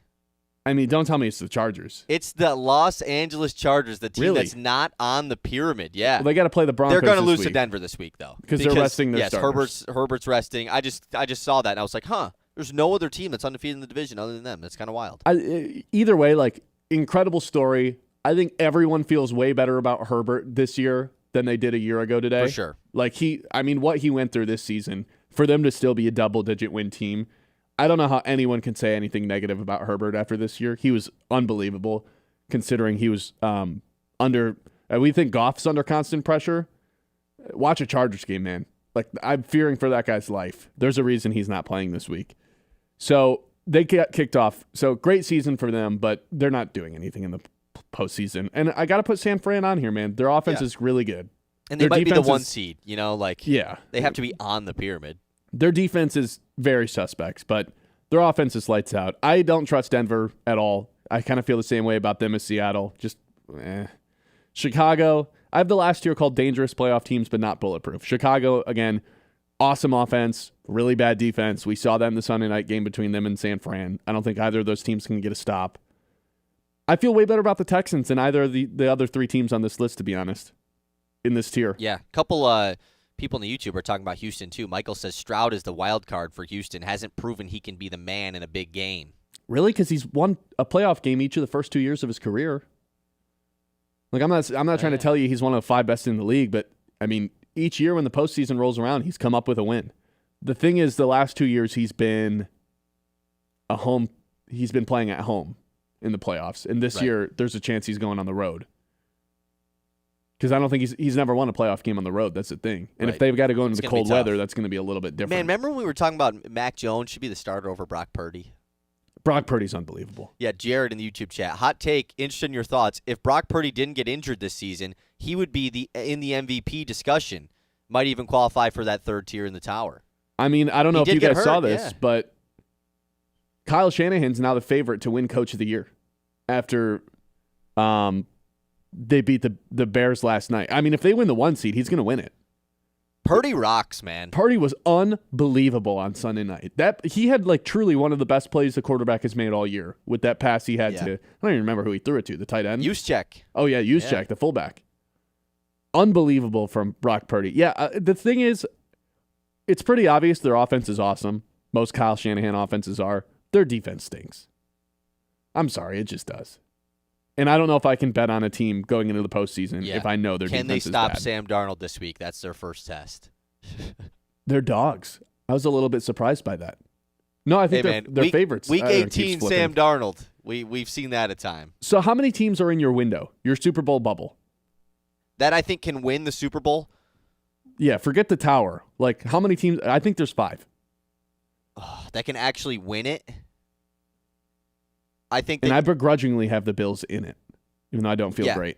Bills, Rams. I think the 49ers can win the Super Bowl. Really? Because they've been there. It's a team that doesn't sack the quarterback They've ever? been there, though. Like, it's just, that stuff matters to me. We don't see random teams going and winning the Super Bowl. It just doesn't happen. So, those 3 teams. Would you say that? Okay. And then, I don't want to, Philly kind of has to be, but I do not have an ounce of confidence in Philly. You and I feel very differently about Philly. And then I think Houston. No Patriots. No Jaguars. No. Maybe the Pats, but for sure not the Jags.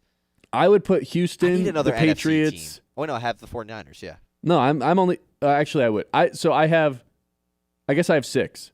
Houston, the Patriots, the Rams, the Bills, the Eagles, and the Jaguars. Jaguars officially in the bubble for the first time ever in the history of their franchise. Led Jags couldn't get it done. Nobody believed in that team to beat Tom Brady. Yeah.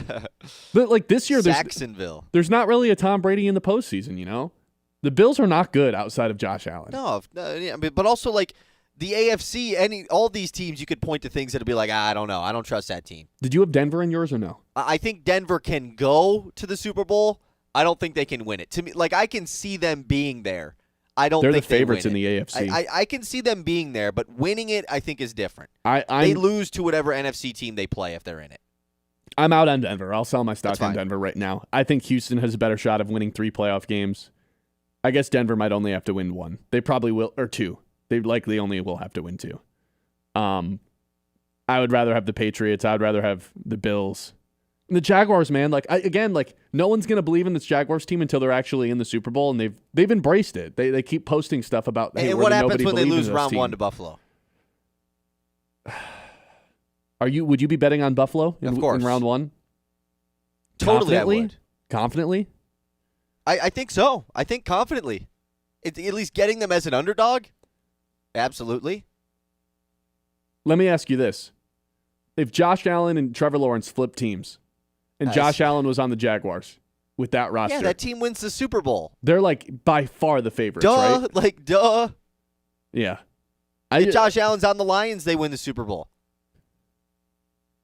I don't know. Josh Allen'd still be running for his life. Yeah. Nobody would be able to get him, but he'd still be running for his life. All right, that's our Tuesday Tower. Our biggest takeaways, don't trust either of the 1 seats right now. Right. Seattle, Denver, the infamous teams that traded Russell Wilson, still being cursed by it. They're the 1 seats. I don't trust either of them. All right, 989-837-6125.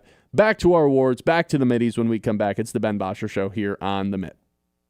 The Ben Bosscher Show, built by Bresky Siding and Building Repair on 100.9 The Mid.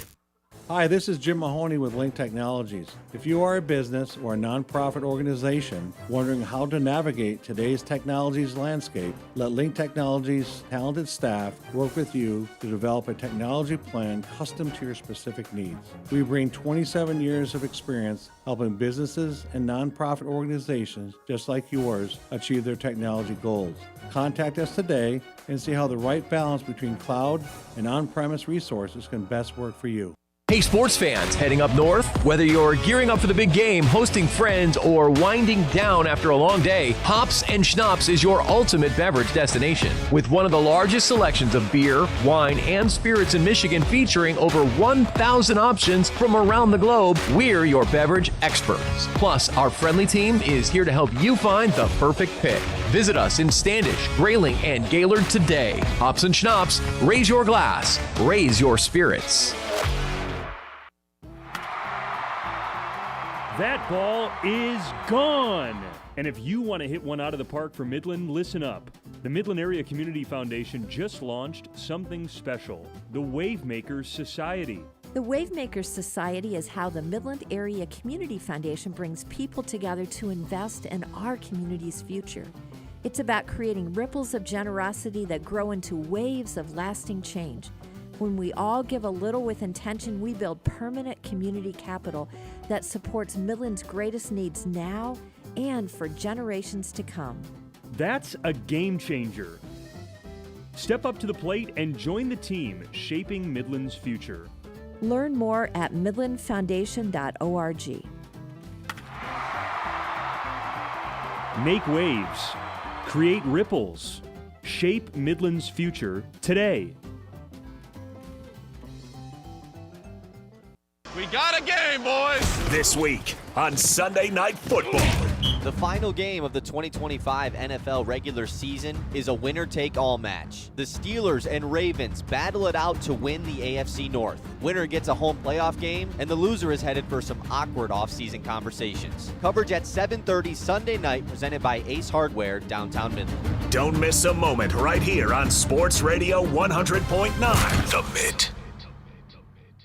This is more than just a lineup. It's a daily ritual for the die-hard Michigan sports fans. At 6 a.m., Anthony Bellino wakes up the state with Spin on Sports. I do not believe it. At 9, the Ben Bosscher Show is appointment listening hosted here in the Great Lakes Bay region. I would like to buy some Casey Mize stock. America's Best takes over at noon. The Herd with Colin Cowherd. Well, what about Patrick Mahomes? And at 3, Bill Simonson brings it home on The Huge Show.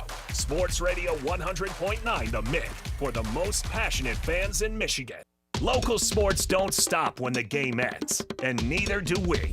100.9 The Mid is your digital home for the latest news across the state of Michigan. From high school to college and the pros, it's all on our socials. Follow us on Facebook, Instagram, TikTok, and YouTube.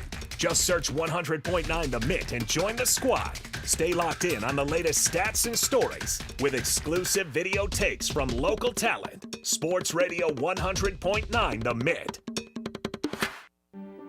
Let's pick out a good wine. Let's discover a new taste from a new place. Let's meet the people who handpick the grapes in places dedicated to the craft, in a land that only knows one way to grow things, rich and full. Welcome to Michigan, where the 4 seasons and 4 Great Lakes smile on the winemaker, where the quality of the wine is exceeded only by the warmth of the greeting waiting for us. And with more than 90 wineries, covering more than 13,000 acres, the harvest has never been better. So let's wander through lush vineyards, discover hidden treasures in vast cellars, and renew ourselves in comfortable tasting rooms. Let's all raise a glass. Let's gather our closest friends and become even closer. Because taking time to toast the beauty and bounty of life is pure Michigan. Your trip begins at michigan.org. The Ben Bosscher Show, built by Bresky Siding and Building Repair on 100.9 The Mid.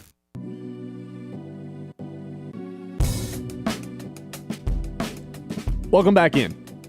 It is the annual and inaugural 2025 Mitty's Awards ceremony. We're giving out awards for all of the greatest stories, all the best We had 25 of them, right? How many have we've gone through already? I don't know, half like of them? 12, yeah. 12 of them? We might have to go a little bit faster here in the final hour of the show. So let's do a couple more before the end of the hour. Okay, what about the Maybe Next Year award? Oh, I mean, this kind of just has to go to the Detroit Lions, correct? Ooh, as a whole team. Bryce Underwood, I think, is also a nomination here. But maybe next year, I mean, it has to go to this should be presented by the Detroit Lions themselves, presented by Ford. This is kind of their thing Presented now, by right? the Ford family, yeah. Yeah, this is kind of the Lions thing. Maybe next year. The whole, yeah, that's right. I mean, all the other teams, like even the Tigers, you can't really say, oh, maybe next year because, well, at least they were kind of good last year. Made the playoffs. This award just belongs to the Detroit Lions franchise. It's presented. Actually, Martha Ford is actually here to present the award. Oh, no, but seriously, this just goes to the Lions basically every season. Yeah, I'm with you. Okay, what about we do a lot of discussion about this, so let's just get the award out of the way. Okay. Who's the enemy of the year? Or maybe as you refer to it as the FU award. There's a few nominees. Jalen Brunson, Ben Johnson, Bo Naylor, Chris Ilitch, and Ryan Day. The thing is, Ben Johnson, we've only played him once, and the Lions destroyed him. And I know they play on Sunday, but that's technically 2026. Wow. So I think he's kind of... He's already thrown his hat in the race for next year, you're saying? Yeah, can has been kicked officially down the road for Ben Johnson. Bo Naylor, good old blast from the past when he used to play for Cleveland. Josh Naylor, yep. Josh Naylor, I don't know why I keep saying that. Josh Naylor when he used to play for Cleveland and then did the shenanigans at second base this year in the postseason. Hey, look at me. I'm going to swing my arms until somebody notices. And it worked. I don't know if he is actually, picking up tipped pitches or not, but, man, it sure distracted our pitching staff. So he's on this list. Chris Ilitch on this list, kind of an enemy from within. And Ryan Day as well, who I feel like will always just be on this. Yeah, but, I think the Ohio State fans hate Ryan Day more than the Michigan fans, honestly. Or do they still if he wins another national championship? If they win it again, then it's like, okay, yeah, can we stop hating her? Wait, the college football playoffs are still going on? Didn't those start 3 weeks ago and there hasn't been any games? Crazy. Such a weird timeline. I think this has to come down between Ben Johnson and Jalen Brunson. But I think Boney, I really was pissed at Josh Naylor during the playoffs too. But man, being in the building for the playoff games for the Detroit Pistons, that game 3, I mean, it was vicious inside LCA. Yeah. And it wasn't just the boos at him. I mean, there was some stuff being thrown at him and said to him from the stands that even I was like, okay, this is insane. We've crossed the line so far as to the words that we are saying towards Jalen Brunson. But I mean, that's part of it, man. Was that stuff that I was hearing absolutely obscene? Yeah, for sure. But man, there was a real hatred for that guy for a couple of weeks here in the city of Detroit. That would be where my nomination goes to her. Yeah. That guy's a loser. He is a loser. Yep. Yeah, I think Brunson wins this award. I mean, we were talking about him as, it can't be Aaron Rodgers anymore. So, although he sure tried to get his last jab at the Lions in his post-game interview. Man, just 4 different times brought up the Hail Mary against the Lions. Why? Why? But yeah, I think this one goes to Jalen Brunson, and I really hope that the Pistons get to play him in another postseason. Yes. Ben Johnson really year. close second, though, I think. I think if they would have played him twice, and if Ben Johnson would have beaten the Lions in 2025, then he probably gets this. But I think he's minus 300 to win it next year. Yeah, he's the early favorite next year, yeah. Unless the Pistons play Brunson again. Ooh. Yeah. But if they beat him this time, doesn't that kind of bury it? Right. If the Knicks beat the Pistons again, yeah, that'd be really bad. Okay, let's do one more quick one before we head to the 11 o'clock hour. Deal. What about the Sour Taste in My Mouth award? There is one candidate for this, and that is Frank Ragnow. The timing of the retirement, we have talked about this. Yes, it is. The timing of the retirement, it screwed over the Lions so hard, and I don't think we realized it at the time. But now looking back, this guy really waited until after free agency and after the draft, and basically when training camp started to be like, you know what, I'm actually good.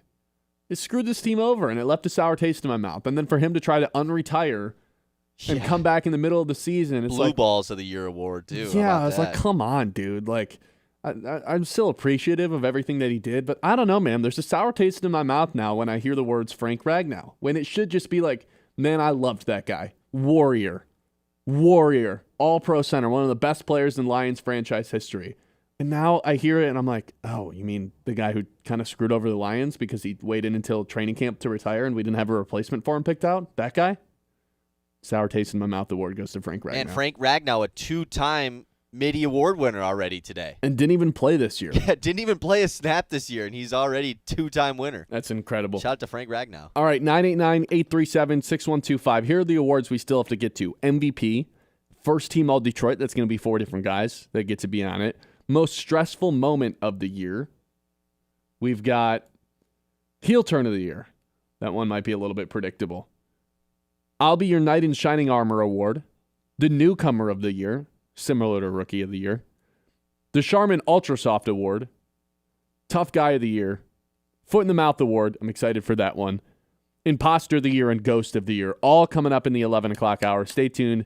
It's our 2025 Mitty's Awards ceremony here at 100.9 The Minute. Ben Bosscher, Kyle Sandel with you as always. More awards to come in the 11 o'clock hour. The Ben Bosscher Show, built by Bresky Siding and Building Repair on 100.9 The Mid. It is the Scholar Athlete of the Month, proudly presented by Fisher Companies here on Sports Radio 100.9 The Mitt. This month's recipient is Anyela Eichelberger from Saginaw United. With a 3.99 GPA, Anyela is a two-sport athlete in volleyball and tennis.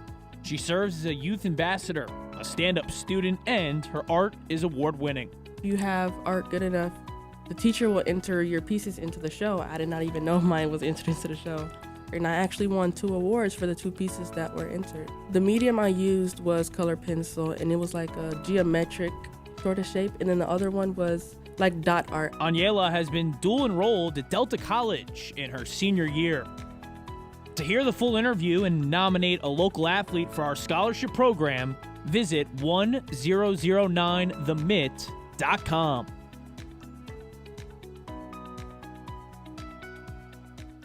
Is your business protected, connected, and running at full speed? At Ironstack Technology, they provide rock-solid IT solutions, cybersecurity, and support tailored for small and mid-sized businesses. From managed services to cloud migration and 24/7 monitoring, they've got your back so you can focus on what matters most, growing your business. Visit IronstackTechnology.com today and build your IT on a foundation of strength. Ironstack Technology, IT that works as hard as you do. Ace is the place with the helpful hardware.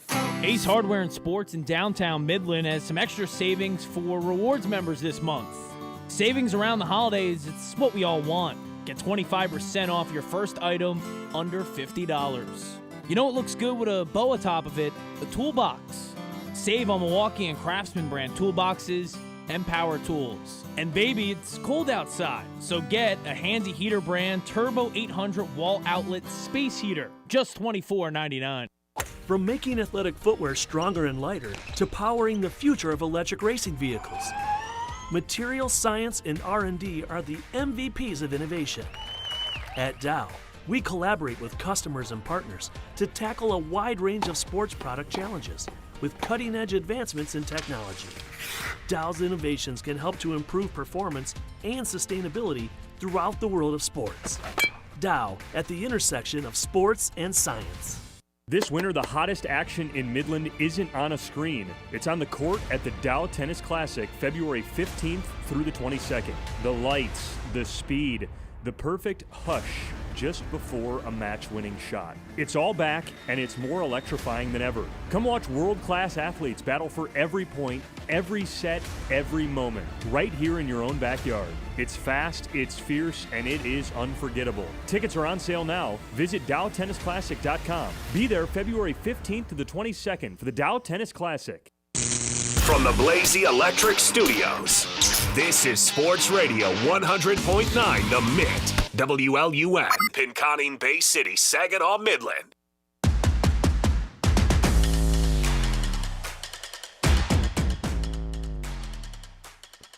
All right, welcome back in. It is our 2025 Mitty's Award Show. It's our last show of the year, man. We're not going to do a show tomorrow. Obviously not going to do a show on New Year's Eve. We don't. Or on New Year's Day. Do we get to give out our New Year's takes, or on Friday we can do that, or unless you want to do that at the end of this show? Maybe if we have time at the end of this show. You think New Year's Eve is kind of overrated, though, don't you? But I also think a lot of people feel that way, right? Nah, let's save this. Okay. What do you want our next award to be? We still have like 10 more to get to here in the 11 o'clock hour. I think this is a good time to get to an award that you mentioned it before the break, that it's a pretty obvious one, but it's a good one, and it's a guy we've talked about a whole ton at the end of this year. How about the heel turn of the year? This is another one where there's only one candidate, right? There's only one person that this can go to. And that would be the former head coach of the Michigan Wolverines, Sharon Moore. He went from being a bad guy to ruining his entire life. And a lot of people at the universities in a 6-hour span. I mean, in a way, it's not to the same level because this was more of I guess it was a national thing. It's hard to understand what's a national story and what's a local one. This for sure was a national story. I know, but like, is it crazy to say this was kind of, at least like our generation or Michigan's version of like what happened with OJ in the 90s? I mean there wasn't a car chase, but there also wasn't like multiple people murdered. Yeah. Like clearly not. But there were knives involved. It is not nearly much of a story as that. That was like, that's like one of the biggest stories ever. Like, I know. That's not really even close. But this was, I didn't get to live I through get what the you're OJ saying. thing, We weren't but there was for like that. hour by hour update of like, what is going on right now? Where is this guy? What did he do? He held what to whose throat? It was crazy. I was in the gym the night that this was going down, that Wednesday night. And I was probably there for 3 hours, and I probably was actually working out for 20 minutes of it. I was just glued to my phone. I felt bad. I was like, I'm sitting on this machine for 20 minutes. I'm being that guy right now. Yeah. Because I'm and you because start to I'm realize, like, I just need to leave. Exactly. And I did. I was just like, you know what? The workout's getting cut short today because I just need to be knowing what's going on with all this. Yeah, you're searching every news outlet, seeing who has the latest, what's legit, where he what's is. not. Exactly. You're refreshing Pete Thamel's Twitter, just wondering I'm on what's Reddit, going on. Exactly. Yeah. Yeah, I don't know if this can go to anybody else other than Sharon Right. Moore. I don't even know who would be a candidate. No, and like you said, he went from like ruining his current job. I wouldn't even say his career. He went from ruining his current job to ruining his life. Oh, in a matter of hours. He'll never coach again. I mean, he has an ankle monitor on his foot for crying out loud. Just, he would have been fired and probably been able to bounce back somewhere. Ime Udoka did this exact thing with the Boston Celtics. 2 years later, he's regarded as one of the best coaches in the league of the Houston Rockets. Yeah, nobody cared. He did the same exact thing. And nobody cares now, 2 years later. Does anyone even bring it up? No, because he's an awesome coach. Well, that's the difference. Ime Udoka was a good coach. And Sharon I don't think there was an actual pregnancy either. Well, I don't know if that ever got confirmed, did it? You're right, actually. I don't know.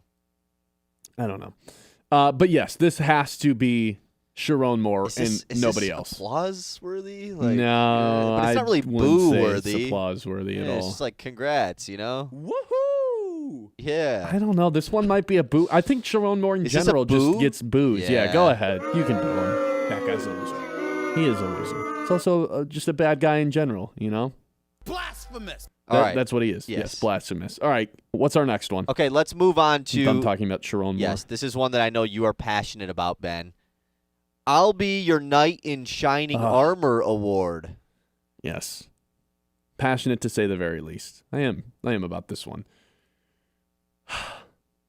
This goes to someone that you're willing to defend. People are going to come at him. You know it. You know there's going to be some criticism.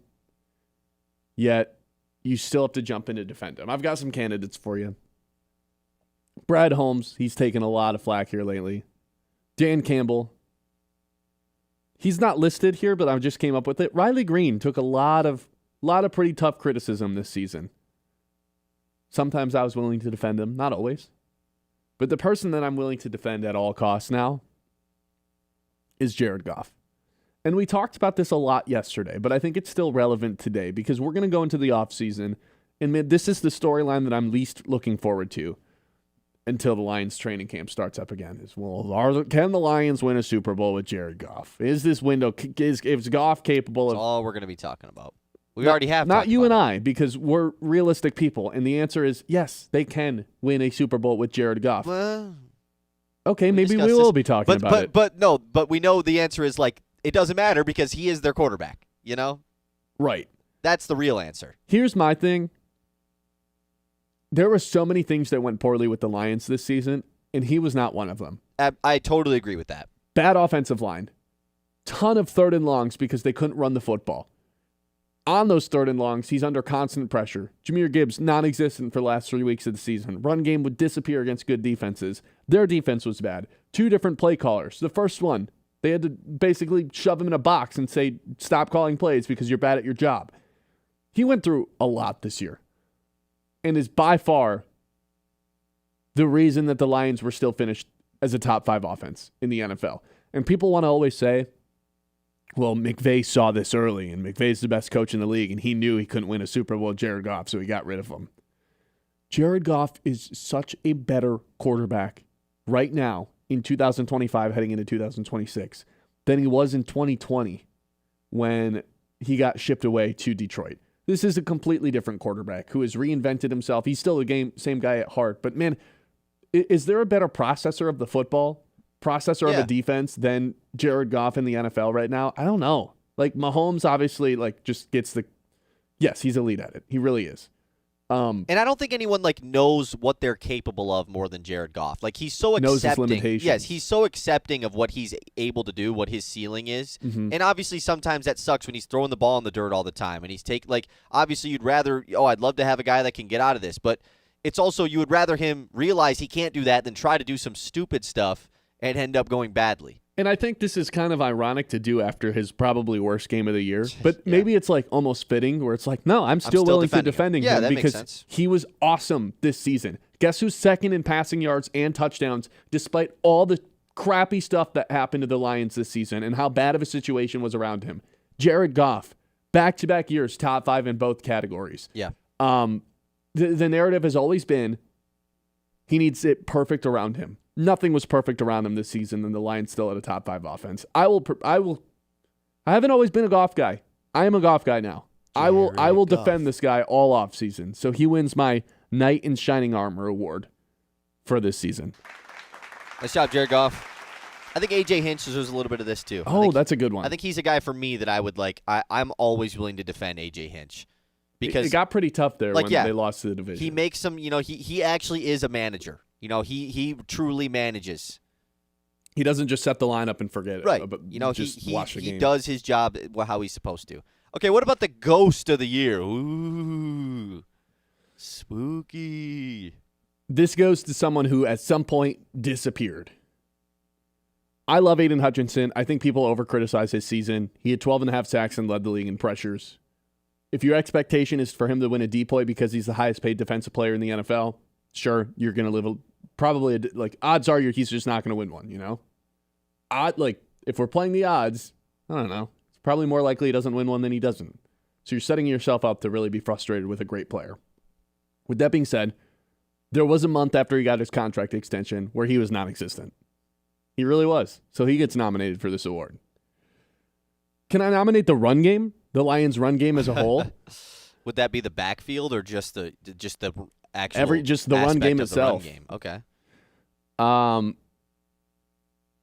nominate Riley Green as well because, man, there was a month during the season where he was like 0 for 31. Something ridiculous. Yeah, he was a ghost for a little bit. I have Kirby Joseph, who quite literally just disappeared. That's a really good one. That's a really good one because he never came back. And I have Alex Cobb, who never even showed up. He wins like the no-show award. Alex Cobb is the real ghost, right? You literally never saw him. All these other guys you saw.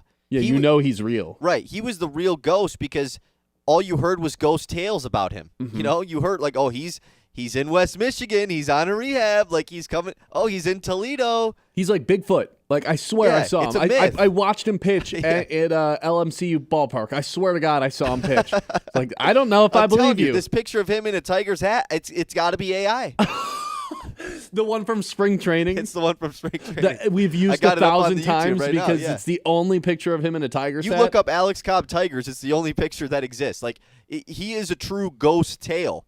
So I think that he is the definition of the ghost of the year, I would say. Yeah. I mean, Kirby Joseph's a good one just because he Kirby truly Joseph was here is. and disappeared.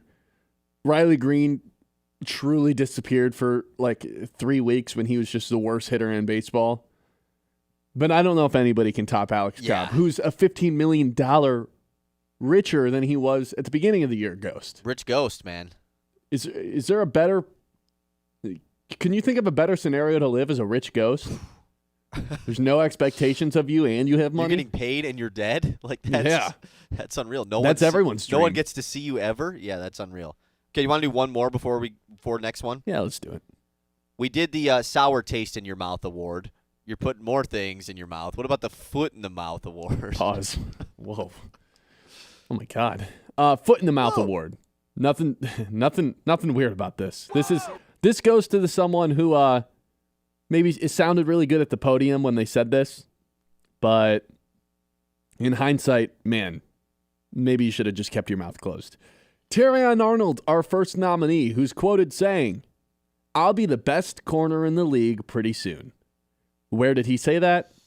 On his own podcast, which is just the kicker of this all. Yeah. The cherry on top. Oh, the podcast. Your own podcast. You said you're going to be the best corner in the league pretty soon. You have to play to be the best corner in the league, Terrion Arnold. You have to play, and you have to play well, actually, to be the best corner in the league. So that's just automatic nomination. Troy Aikman, who's quoted saying, "Goff, not really known for being a runner." Oh, I thank you, Troy Aikman. Man. What would we do without you? Thank God you're on the A-team of ESPN. I'm so thankful that we have these expert analysis that help us learn the game as football's progressing. Goff, not really known for being a runner. Oh, my God. Thank goodness. Really?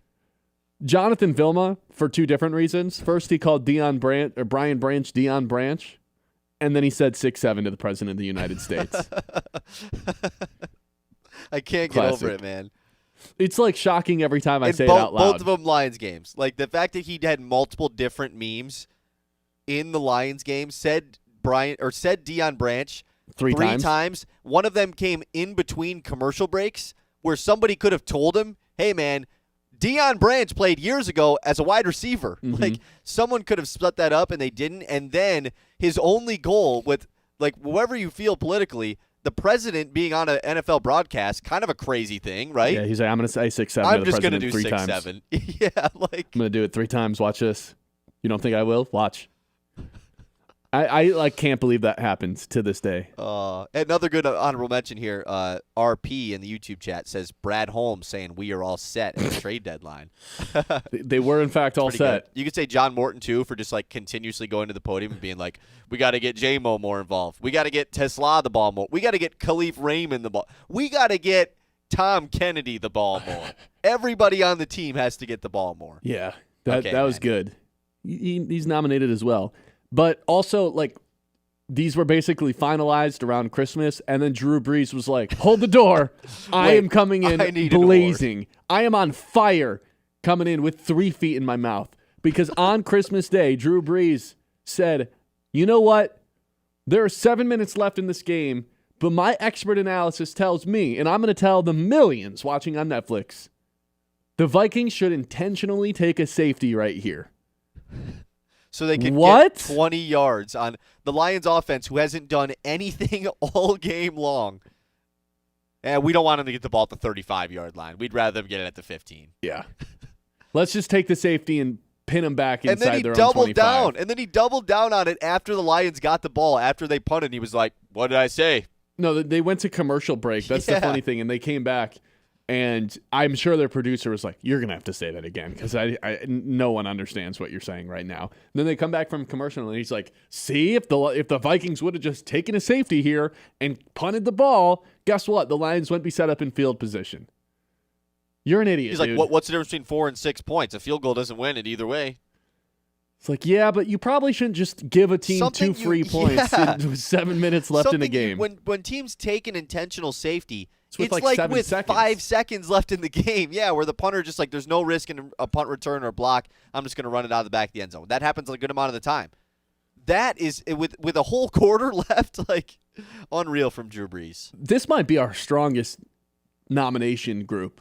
I mean, there are like 6 options between Brees, Vilma, Aikman, Terrion Arnold, Brad Holmes, and John Morton. That is a lot of really good ones. Some good candidacy.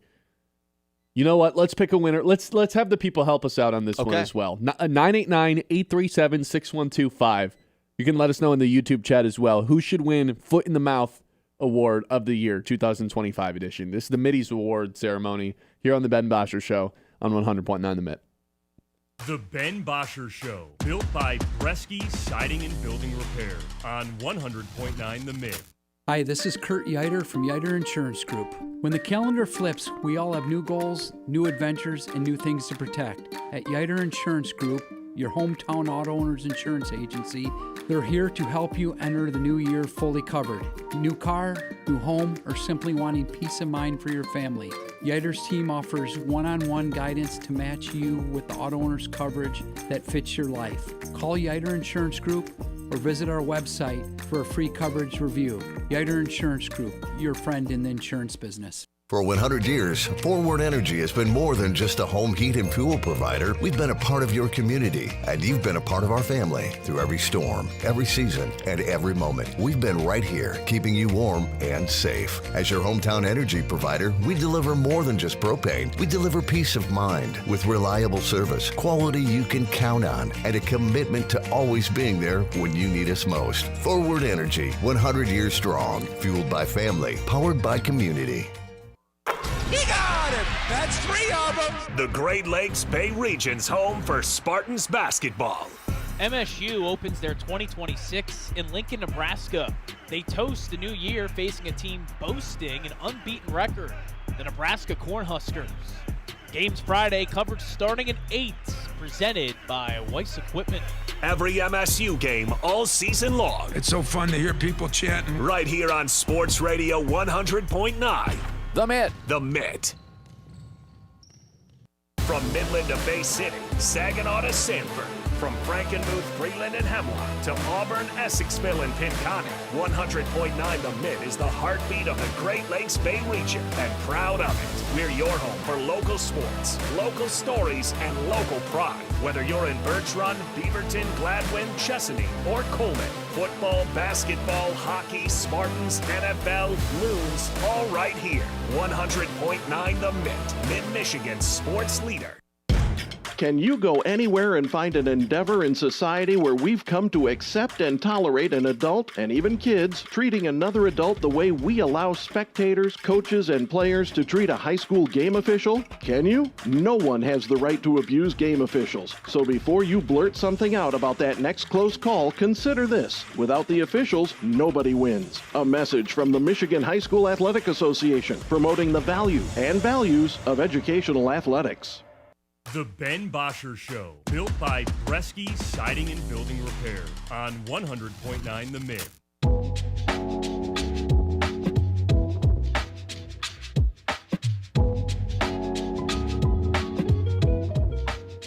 All right, 989-837-6125.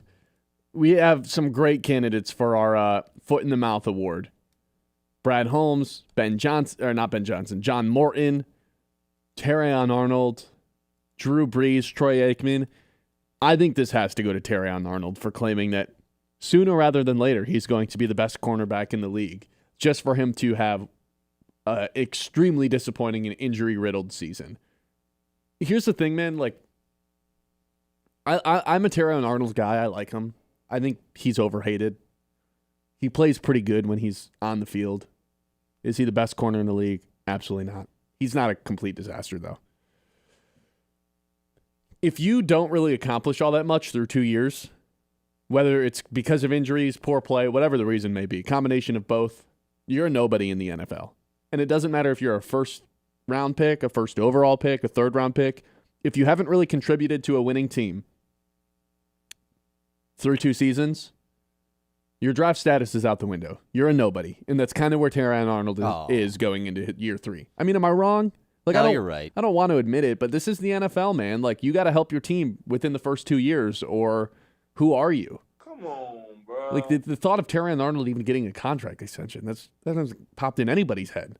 You know what I mean? So, I think Terran Arnold has to win this award. That's fair. Doesn't feel like an applause-worthy one, but No, I don't want to. not really. I don't want to boo him either. Nah, we can just move on. Okay, let's run through some of these pretty quickly so we can get to the big ones, huh? Sure. How about the newcomer of the year?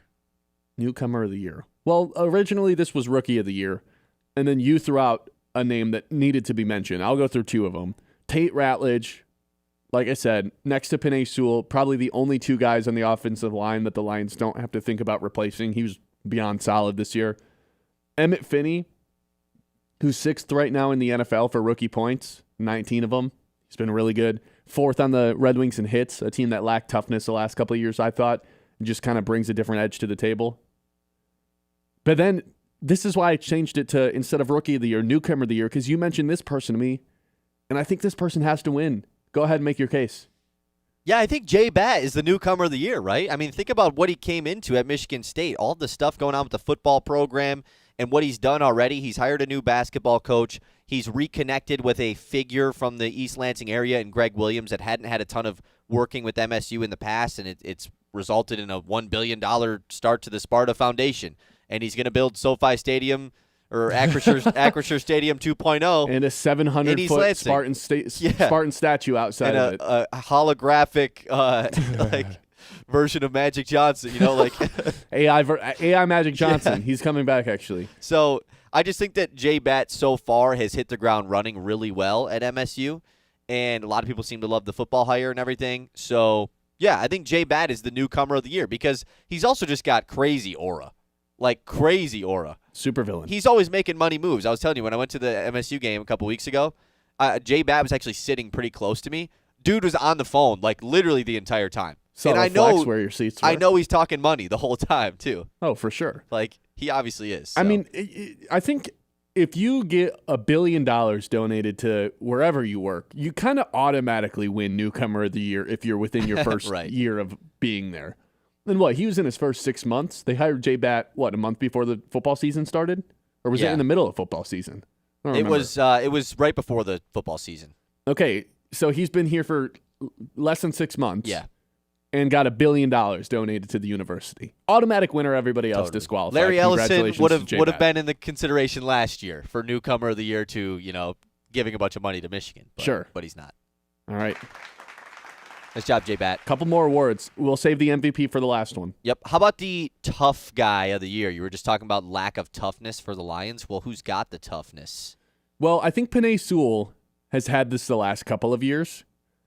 But the sergeants that Isaiah Stewart, Beef Stew, has had as a player and not just an enforcer, a tough guy, has actually won this award for me. And Penei Sewell, I'm not calling him soft. I'm not. But it wasn't real tough of him to be like, I don't want to play on Christmas. And then proceed to have one of the worst, the Lions have the worst performance of the year. I wonder why. Because maybe the team captain was very vocal about not wanting to play this game. Huh. Yeah, Beef Stew would have played a back-to-back on Christmas. Yeah, and he's taken a step as truly one of the best defensive players in the NBA. It's not just about the toughness with him, too. He's become one of the best rim protectors. You can switch him out onto guards on the perimeter. He's just a tough guy to score on. He's also just a tough guy in general. So I think Sewell has been holding this award for the last couple of years. Congratulations to Isaiah Stewart. He's our winner this year. Boom. Shout out to Beef Stew. All right, what about the imposter of the year? There's an imposter among us. Yeah, who is hurting the team from within? Sharon Moore. Because there were Sharon Moore trying to go for his third. Wow, three-time Mitty winner. Uh-oh. The problem is with Sharon Moore, Biff Poggi was openly this past week, yeah, the coaching staff was not having fun for the last month and a half of the season. We felt like we were walking around eggshells. Nobody was having fun. He was a miserable person to be around. It's not an exact quote, but it's pretty close. So just kind of, distracting the program in every way, shape, and form on and off the field. Sharon Moore has to be nominated. Really good candidate. But can anyone really top what Chris Ilitch does for the Detroit Tigers? I mean, he built a new video board. He built a home plate club that nobody can afford to get into. unless you're famous or rich, yet doesn't have enough money to pay Tarek Skubal. You know, if you would have just not gotten a new video board, guess what? Tarek Skubal, you'd still be a Tiger. Nope. Would rather have a video board. At least Sharon Moore, there was clearly some people that liked the guy. Does anyone like? Yeah, there was Chris one Ilitch? person specifically that really liked him. Okay. Let's move on. I don't know if anybody likes Ilitch. Yeah, we'll give him a boo. That guy's a loser. You can give Sharon Moore a boo too. Yep. That one's for Sharon. Okay, thank you. Chris Ilitch wins his first Mitty of the year. Okay, what about the Charmin Ultra Soft Award? Oh, the opposite of the tough guy award. Second to last one here before MVP. Charmin Ultra Soft. Where is this one on my list? Oh, I found it. DK Metcalf making a late push for this one after punching a Lions fan. You know, this story became a story afterwards, and I truly did not care to read into it whatsoever. Anytime a fan has a press conference about what happened, me personally, I don't really care what that person has to say. Right. This guy, it was all over my feed. Oh, here's the Lions fan statement about what happened with DK Metcalf. I don't care. I really don't care what happened. I don't care. Maybe I care what happened. I don't care what this guy has to say. You know, I'm always for taking the side of the Lions fans, but man, I don't really care what any fan has to say about an altercation with a player. But DK Metcalf, regardless, walking into the stands to kind of shove someone, that's soft. Yeah, that's have for to be sure nominated. Soft. Yep. Late entry. Dan Campbell. Ooh. Man, the team did not show up the last 3 games when it mattered the most. That seems harsh. Did they? Do you think they showed up at all versus the Steelers or Minnesota? Just take a peek at that guy. He's not soft. I don't think he's soft. But when he was up at 5 a.m. going to Starbucks the day after a Sunday night win, man. Well, maybe he should have been watching film. Honestly, though, in the biggest game of the year, they never woke up against the Vikings. And in what was somewhat of a do-or-die game against the Steelers, guess what? Yeah, no, I agree. It took them 3.5 quarters to wake up. The team was soft, and he represents the team. But the person I think has to win it, the Detroit Tigers' very own Scott Harris. Not adding a bat at the deadline.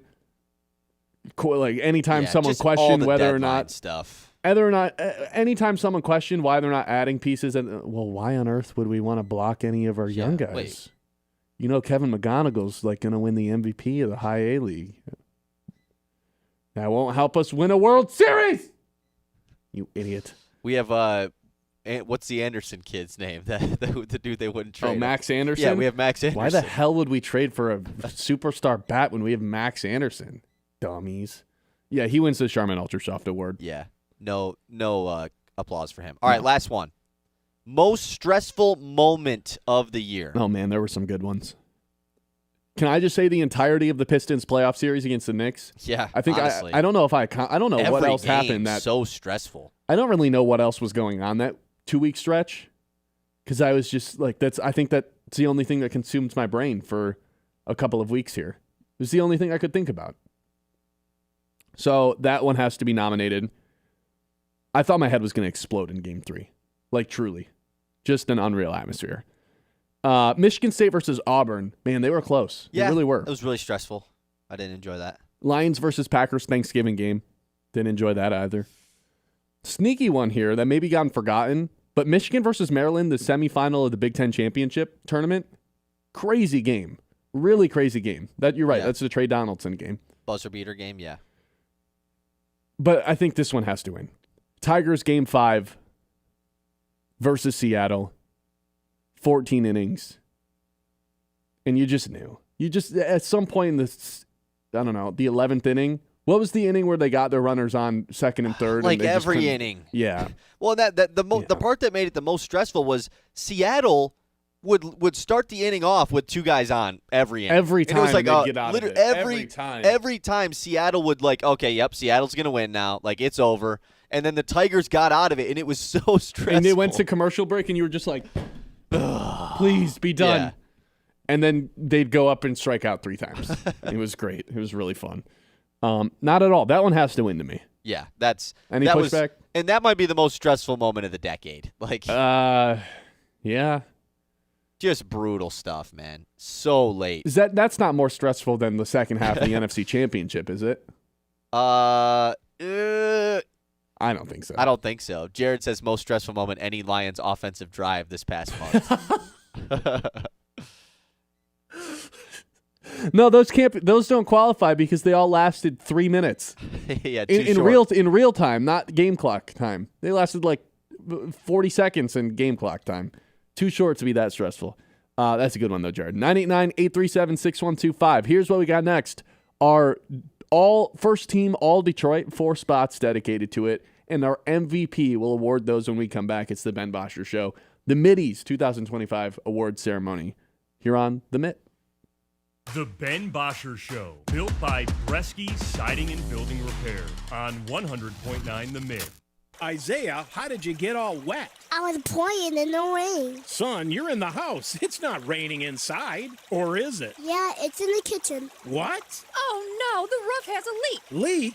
That's a waterfall. We need that fixed now. Rexy Siding and Building Repair can fix it. What, son? Any job, anywhere. Bresky can do it all. Call Bresky right now and get that roof fixed. And while you're at it, have him fix the gutters. Call me, Derek Bresky, at Bresky Siding and Building Repair today. I'm Sarah Stockford, host of 100.9 The Mitt's Success Suite, a podcast highlighting the most inspiring female leaders across the Great Lakes Bay region.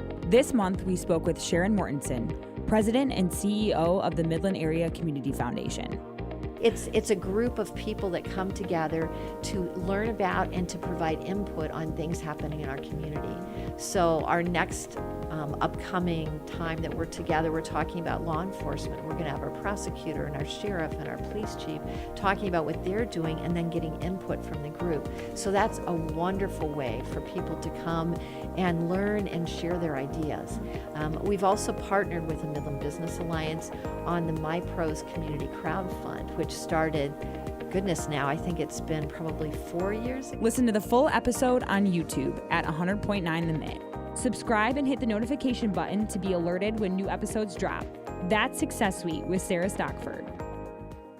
This winter, the hottest action in Midland isn't on a screen. It's on the court at the Dow Tennis Classic, February 15th through the 22nd. The lights, the speed, the perfect hush just before a match-winning shot. It's all back, and it's more electrifying than ever. Come watch world-class athletes battle for every point, every set, every moment, right here in your own backyard. It's fast, it's fierce, and it is unforgettable. Tickets are on sale now. Visit DowTennisClassic.com. Be there February 15th to the 22nd for the Dow Tennis Classic. We got a game, boys! This week on Sunday Night Football.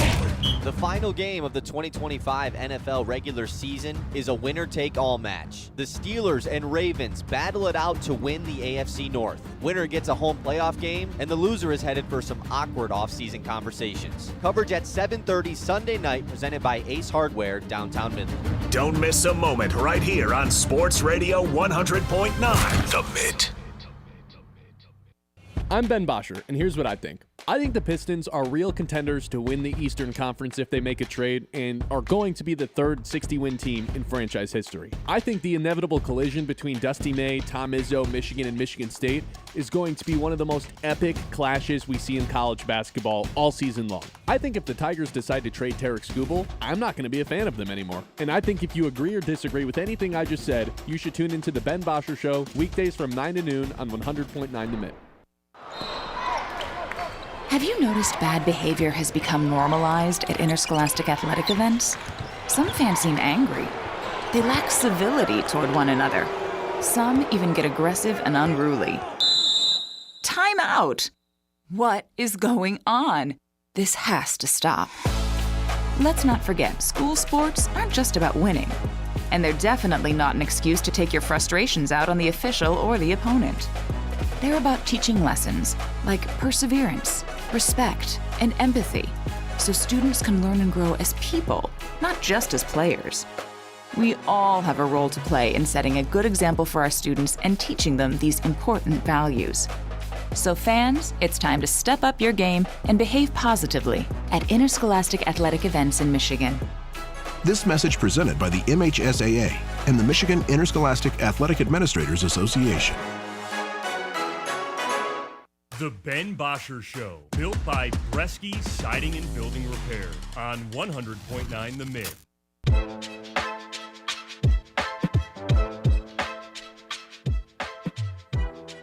All right, welcome back in. We have one last award to get to, and that is our MVP. But before we do that, we have to do our first team all Detroit, our first team all Michigan, whatever that may be.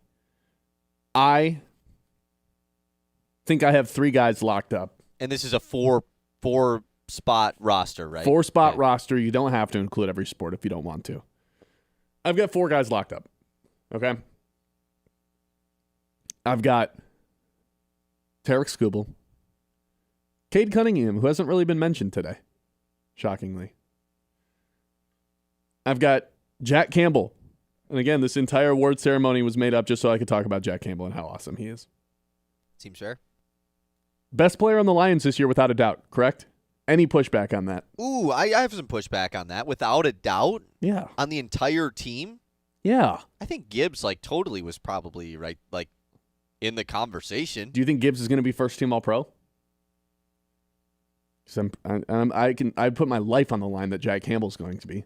Okay, that seems risky. A little bit. I'm a man of risk. Okay. I put Jack Campbell on it. Okay. And this is where I get a little, I'm not sure. I'm not exactly sure what's going to happen with this last and final spot, because you start to think about it. I don't think Riley Green deserves anybody. I don't think anybody else on the Tigers deserves a mention. The Wings, they're in first place right now. I don't know if they deserve a spot on this team for getting really hot in the last month of the season. Yeah, they don't really have a guy that's carrying for them, whereas No. the other 3 guys are clearly the carrying guys. Cade, without a doubt, should be on this list as well. Nobody else on the Pistons, Yeah. I think, is worth a mention. Skubal, obviously, yeah. Skubal with that, yeah. That gives you back to the Lions, which feels weird, but even though they didn't make a playoffs, but I mean, it's the deepest team. There's the most amount of spots. And I go to, okay, looking around, should Sewell be on this? Should Gibbs be on this? Should Amon-Ra be on this? Should it be Aiden Hutchinson? There's a lot of good options. And I'm not exactly sure where to go on this, to be honest. And you're out, no college people on here? Nah. No Izzo or May? No. I feel like this has to be pro Sharon Moore, athletes. maybe just for the amount of content we got out of it? Yeah, no, he would be the content MVP for sure. Yeah, I think it's got to go to one of the Lions. And when you talk, I mean, it's weird to say because, like you said, they're shockingly the worst team. They're not even in consideration for Team of the Year. But they have so many guys, and they have really good players. And I think the fact that I did say, well, Jack Campbell or Jahmyr Gibbs is probably the best guy on the Lions this year, I think that probably just defaults it to Gibbs, right?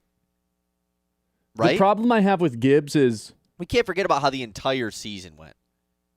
the problem I have with Gibbs is he had 87 yards the last 3 weeks of the season. He disappeared at the end. RP in the YouTube chat. What about the best cornerback, Terry and Arnold? Oh, the guy who's pretty soon going to be the best corner in the league? That's what he said. That guy? I think the fourth person should be Gibbs. I think so too. Okay. Jahmyr Gibbs, Tarek Skubal, Cade Cunningham, and Jack Campbell are your first team all Detroit in 2025. And out of only 4 people get a year. It's a tough honor to get. But amongst those people, someone has to win the MVP. Let's go backwards. Let's go elimination. First person, it's not. I would go Jack Campbell. Because Gibbs single-handedly won a couple games for the Lions and was an extremely valuable. Not that Jack Campbell wasn't, but I mean, he single-handedly won a couple games for the Lions. No. Oh, yeah, Campbell did not, yeah. Yes. Next person I'd eliminate is probably Gibbs. Yeah, I don't think a Lion can win it. Yeah, they didn't make the playoffs. Team wasn't very good. How can someone win MVP if they didn't make the playoffs? Yeah. So that brings us down to Cade Cunningham, who's yet to win a Mitty, and Tarek Skubal, who's won 2 Middies already. Who wins MVP?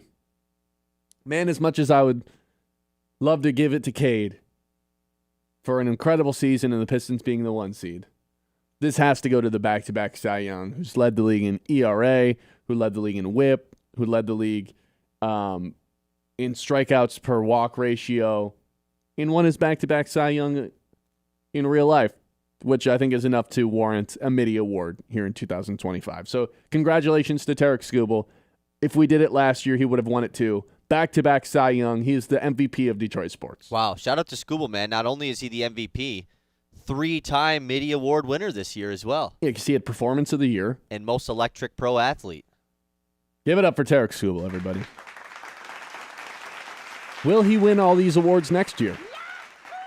Or will he even be on the team a year from that's now? the thing. Like, next year's his last year that we could even give it to him. Why are you saying that, man? We don't even know that. We might not even be able to give it anything to him next year. I know. What if he becomes enemy of the year? Ooh. I don't think that's ever going to happen, though. Yeah, I don't think so either. Because no matter what, no one's going to hate him. I mean, that's why he's doing this media tour that he's been on. Yeah, going to you're all right. these games. It's Everybody loves impossible him. to hate him. It's just a genius play. Yeah, it villainizes Illich and his family if they move on from Skubal. Not Skubal. No one's going to be mad at him. Yeah. All right, 989-837-6125. We'll do our two traditions to close out every show when we come back. It's the Ben Bosscher Show here on the Mid. The Ben Bosscher Show, built by Bresky Siding and Building Repair on 100.9 The Mid. Hey Midland, join the Silver Sneakers and Renew Active programs at the Midland Community Center, where fitness for seniors is fun and free. With Silver Sneakers and Renew Active, seniors 65 and older enjoy access to Greater Midland Community Center, North Family Center, and Coleman Family Center, all at no extra cost with eligible Medicare Advantage plans. Dive into all group fitness classes, exclusive Silver Sneakers classes, and our Greater Midland Walking Club. Get moving with Silver Sneakers and Renew Active at the Midland Community Center. Who doesn't love a great accessory? Your furnace can have them too. Stuffy nose or dry skin?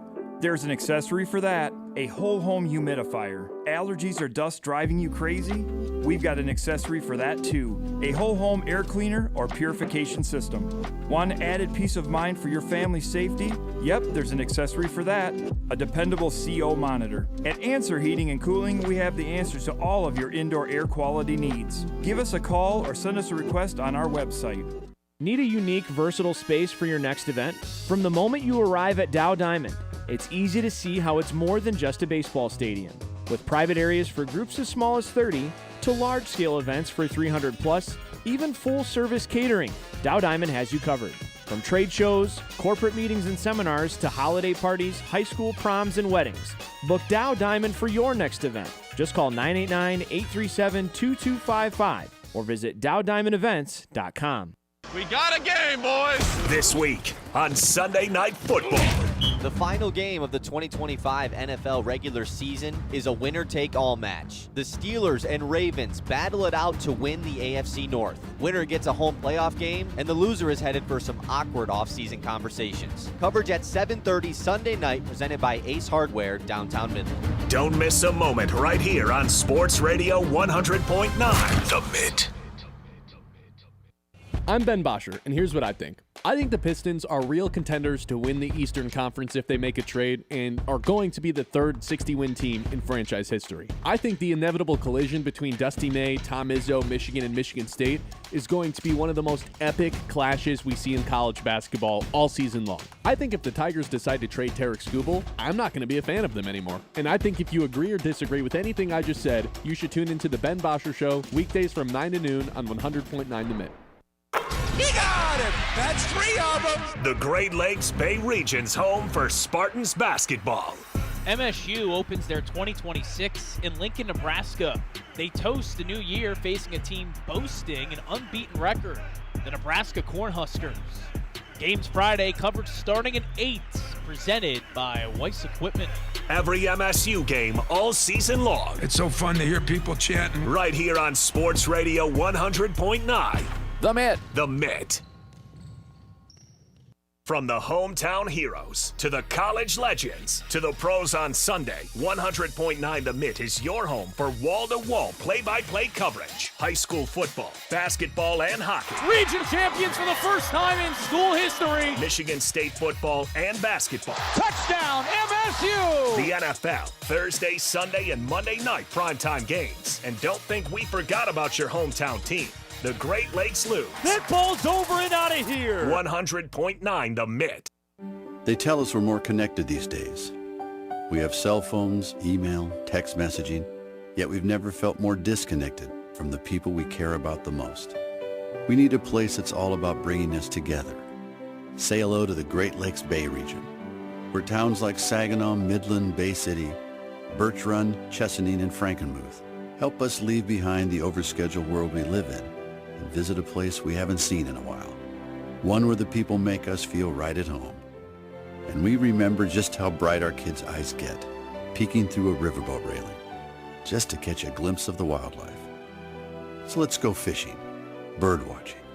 Let's blow the suds off a local tap, take a tall ship dinner cruise at sunset, or stop by a festival just because the name made us smile. Right here in the Great Lakes Bay region, where reconnecting with what really matters is pure Michigan. Your trip begins at michigan.org. The Ben Bosscher Show, built by Bresky Siding and Building Repair on 100.9 The Mid.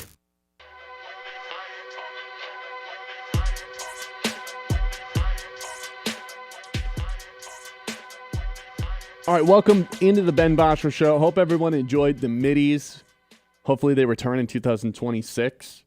We've still got two traditions to get to here to close out the show, and that would be... to close out the year. And to close out the year, oh my God. And the first of those, our last time in 2025, would be our Lock of the Day. Lock of the Day. You better lock it up. No, you lock it up. You lock it up. Lock it up. Lock it up. Here's the thing. We got to hit something kind of big today. Not that egregious, right? But we can't just be a minus odds because we want to go positive on December, and we lost yesterday, which puts us at, what is 1.19 units down in the month of December. So you got to hit at least a plus 120 today to go up in December. I have awarded Ben the luxury of, we're going to do a reset at 2026. Yeah. Because Record the all-time gets thrown out the window. stats are bad. They're 25.73 units down all time. Summertime was just rough for Ben. You know, these last couple months have been pretty even to close to 500. October's pretty bad, but November and September were good. So we're going to reset things on Friday, but you still want to end in December on a good note. So, okay. Well, this person didn't win MVP, but they were first team all Detroit in 2025 on our middies. And that person is Cade Cunningham. You know, when in doubt, you got to rely on your superstars. When in doubt, you got to rely on your GOATs. And Cade Cunningham is one of Detroit's GOATs right now. They're playing the Lakers tonight. I expect a lot of points to be scored on both sides. Do the Pistons have an answer for Luka Doncic? Probably not. But him to score 35 was basically even odds. I'm all good there. I don't think the Pistons have an answer for Luka, but I equally think the Lakers have no answer for Cade Cunningham. What are they going to do? Throw Luka on him? Their defense is really bad. Nope. Yeah. What are you going to do? Throw LeBron on him? Nope. Austin Reeves, good luck. Good luck staying in front of Cade Cunningham. I think he scores 30 tonight. What were the exact odds that Plus 172. That'll put us over 500 on the month.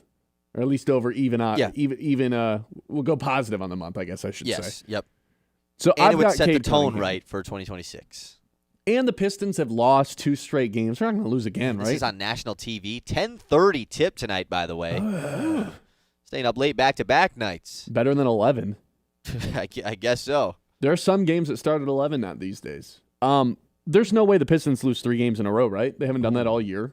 They've lost 2 in a row. That's why they're favorites, right? They're 2.5-point favorites On against the the road. Lakers tonight across the country, West Coast. And then they come home. This is their last game on the West Coast trip, correct? Yep. Or do they play Phoenix next? No, I believe this is it. I think this is it. I'll double check, but I believe it is. Yeah, two teams that struggle to one team in the Lakers that really struggles to guard quick guards, and I guess I would consider Cade Cunningham one of the best guards in the NBA. So yeah, they're back home on Thursday against Miami.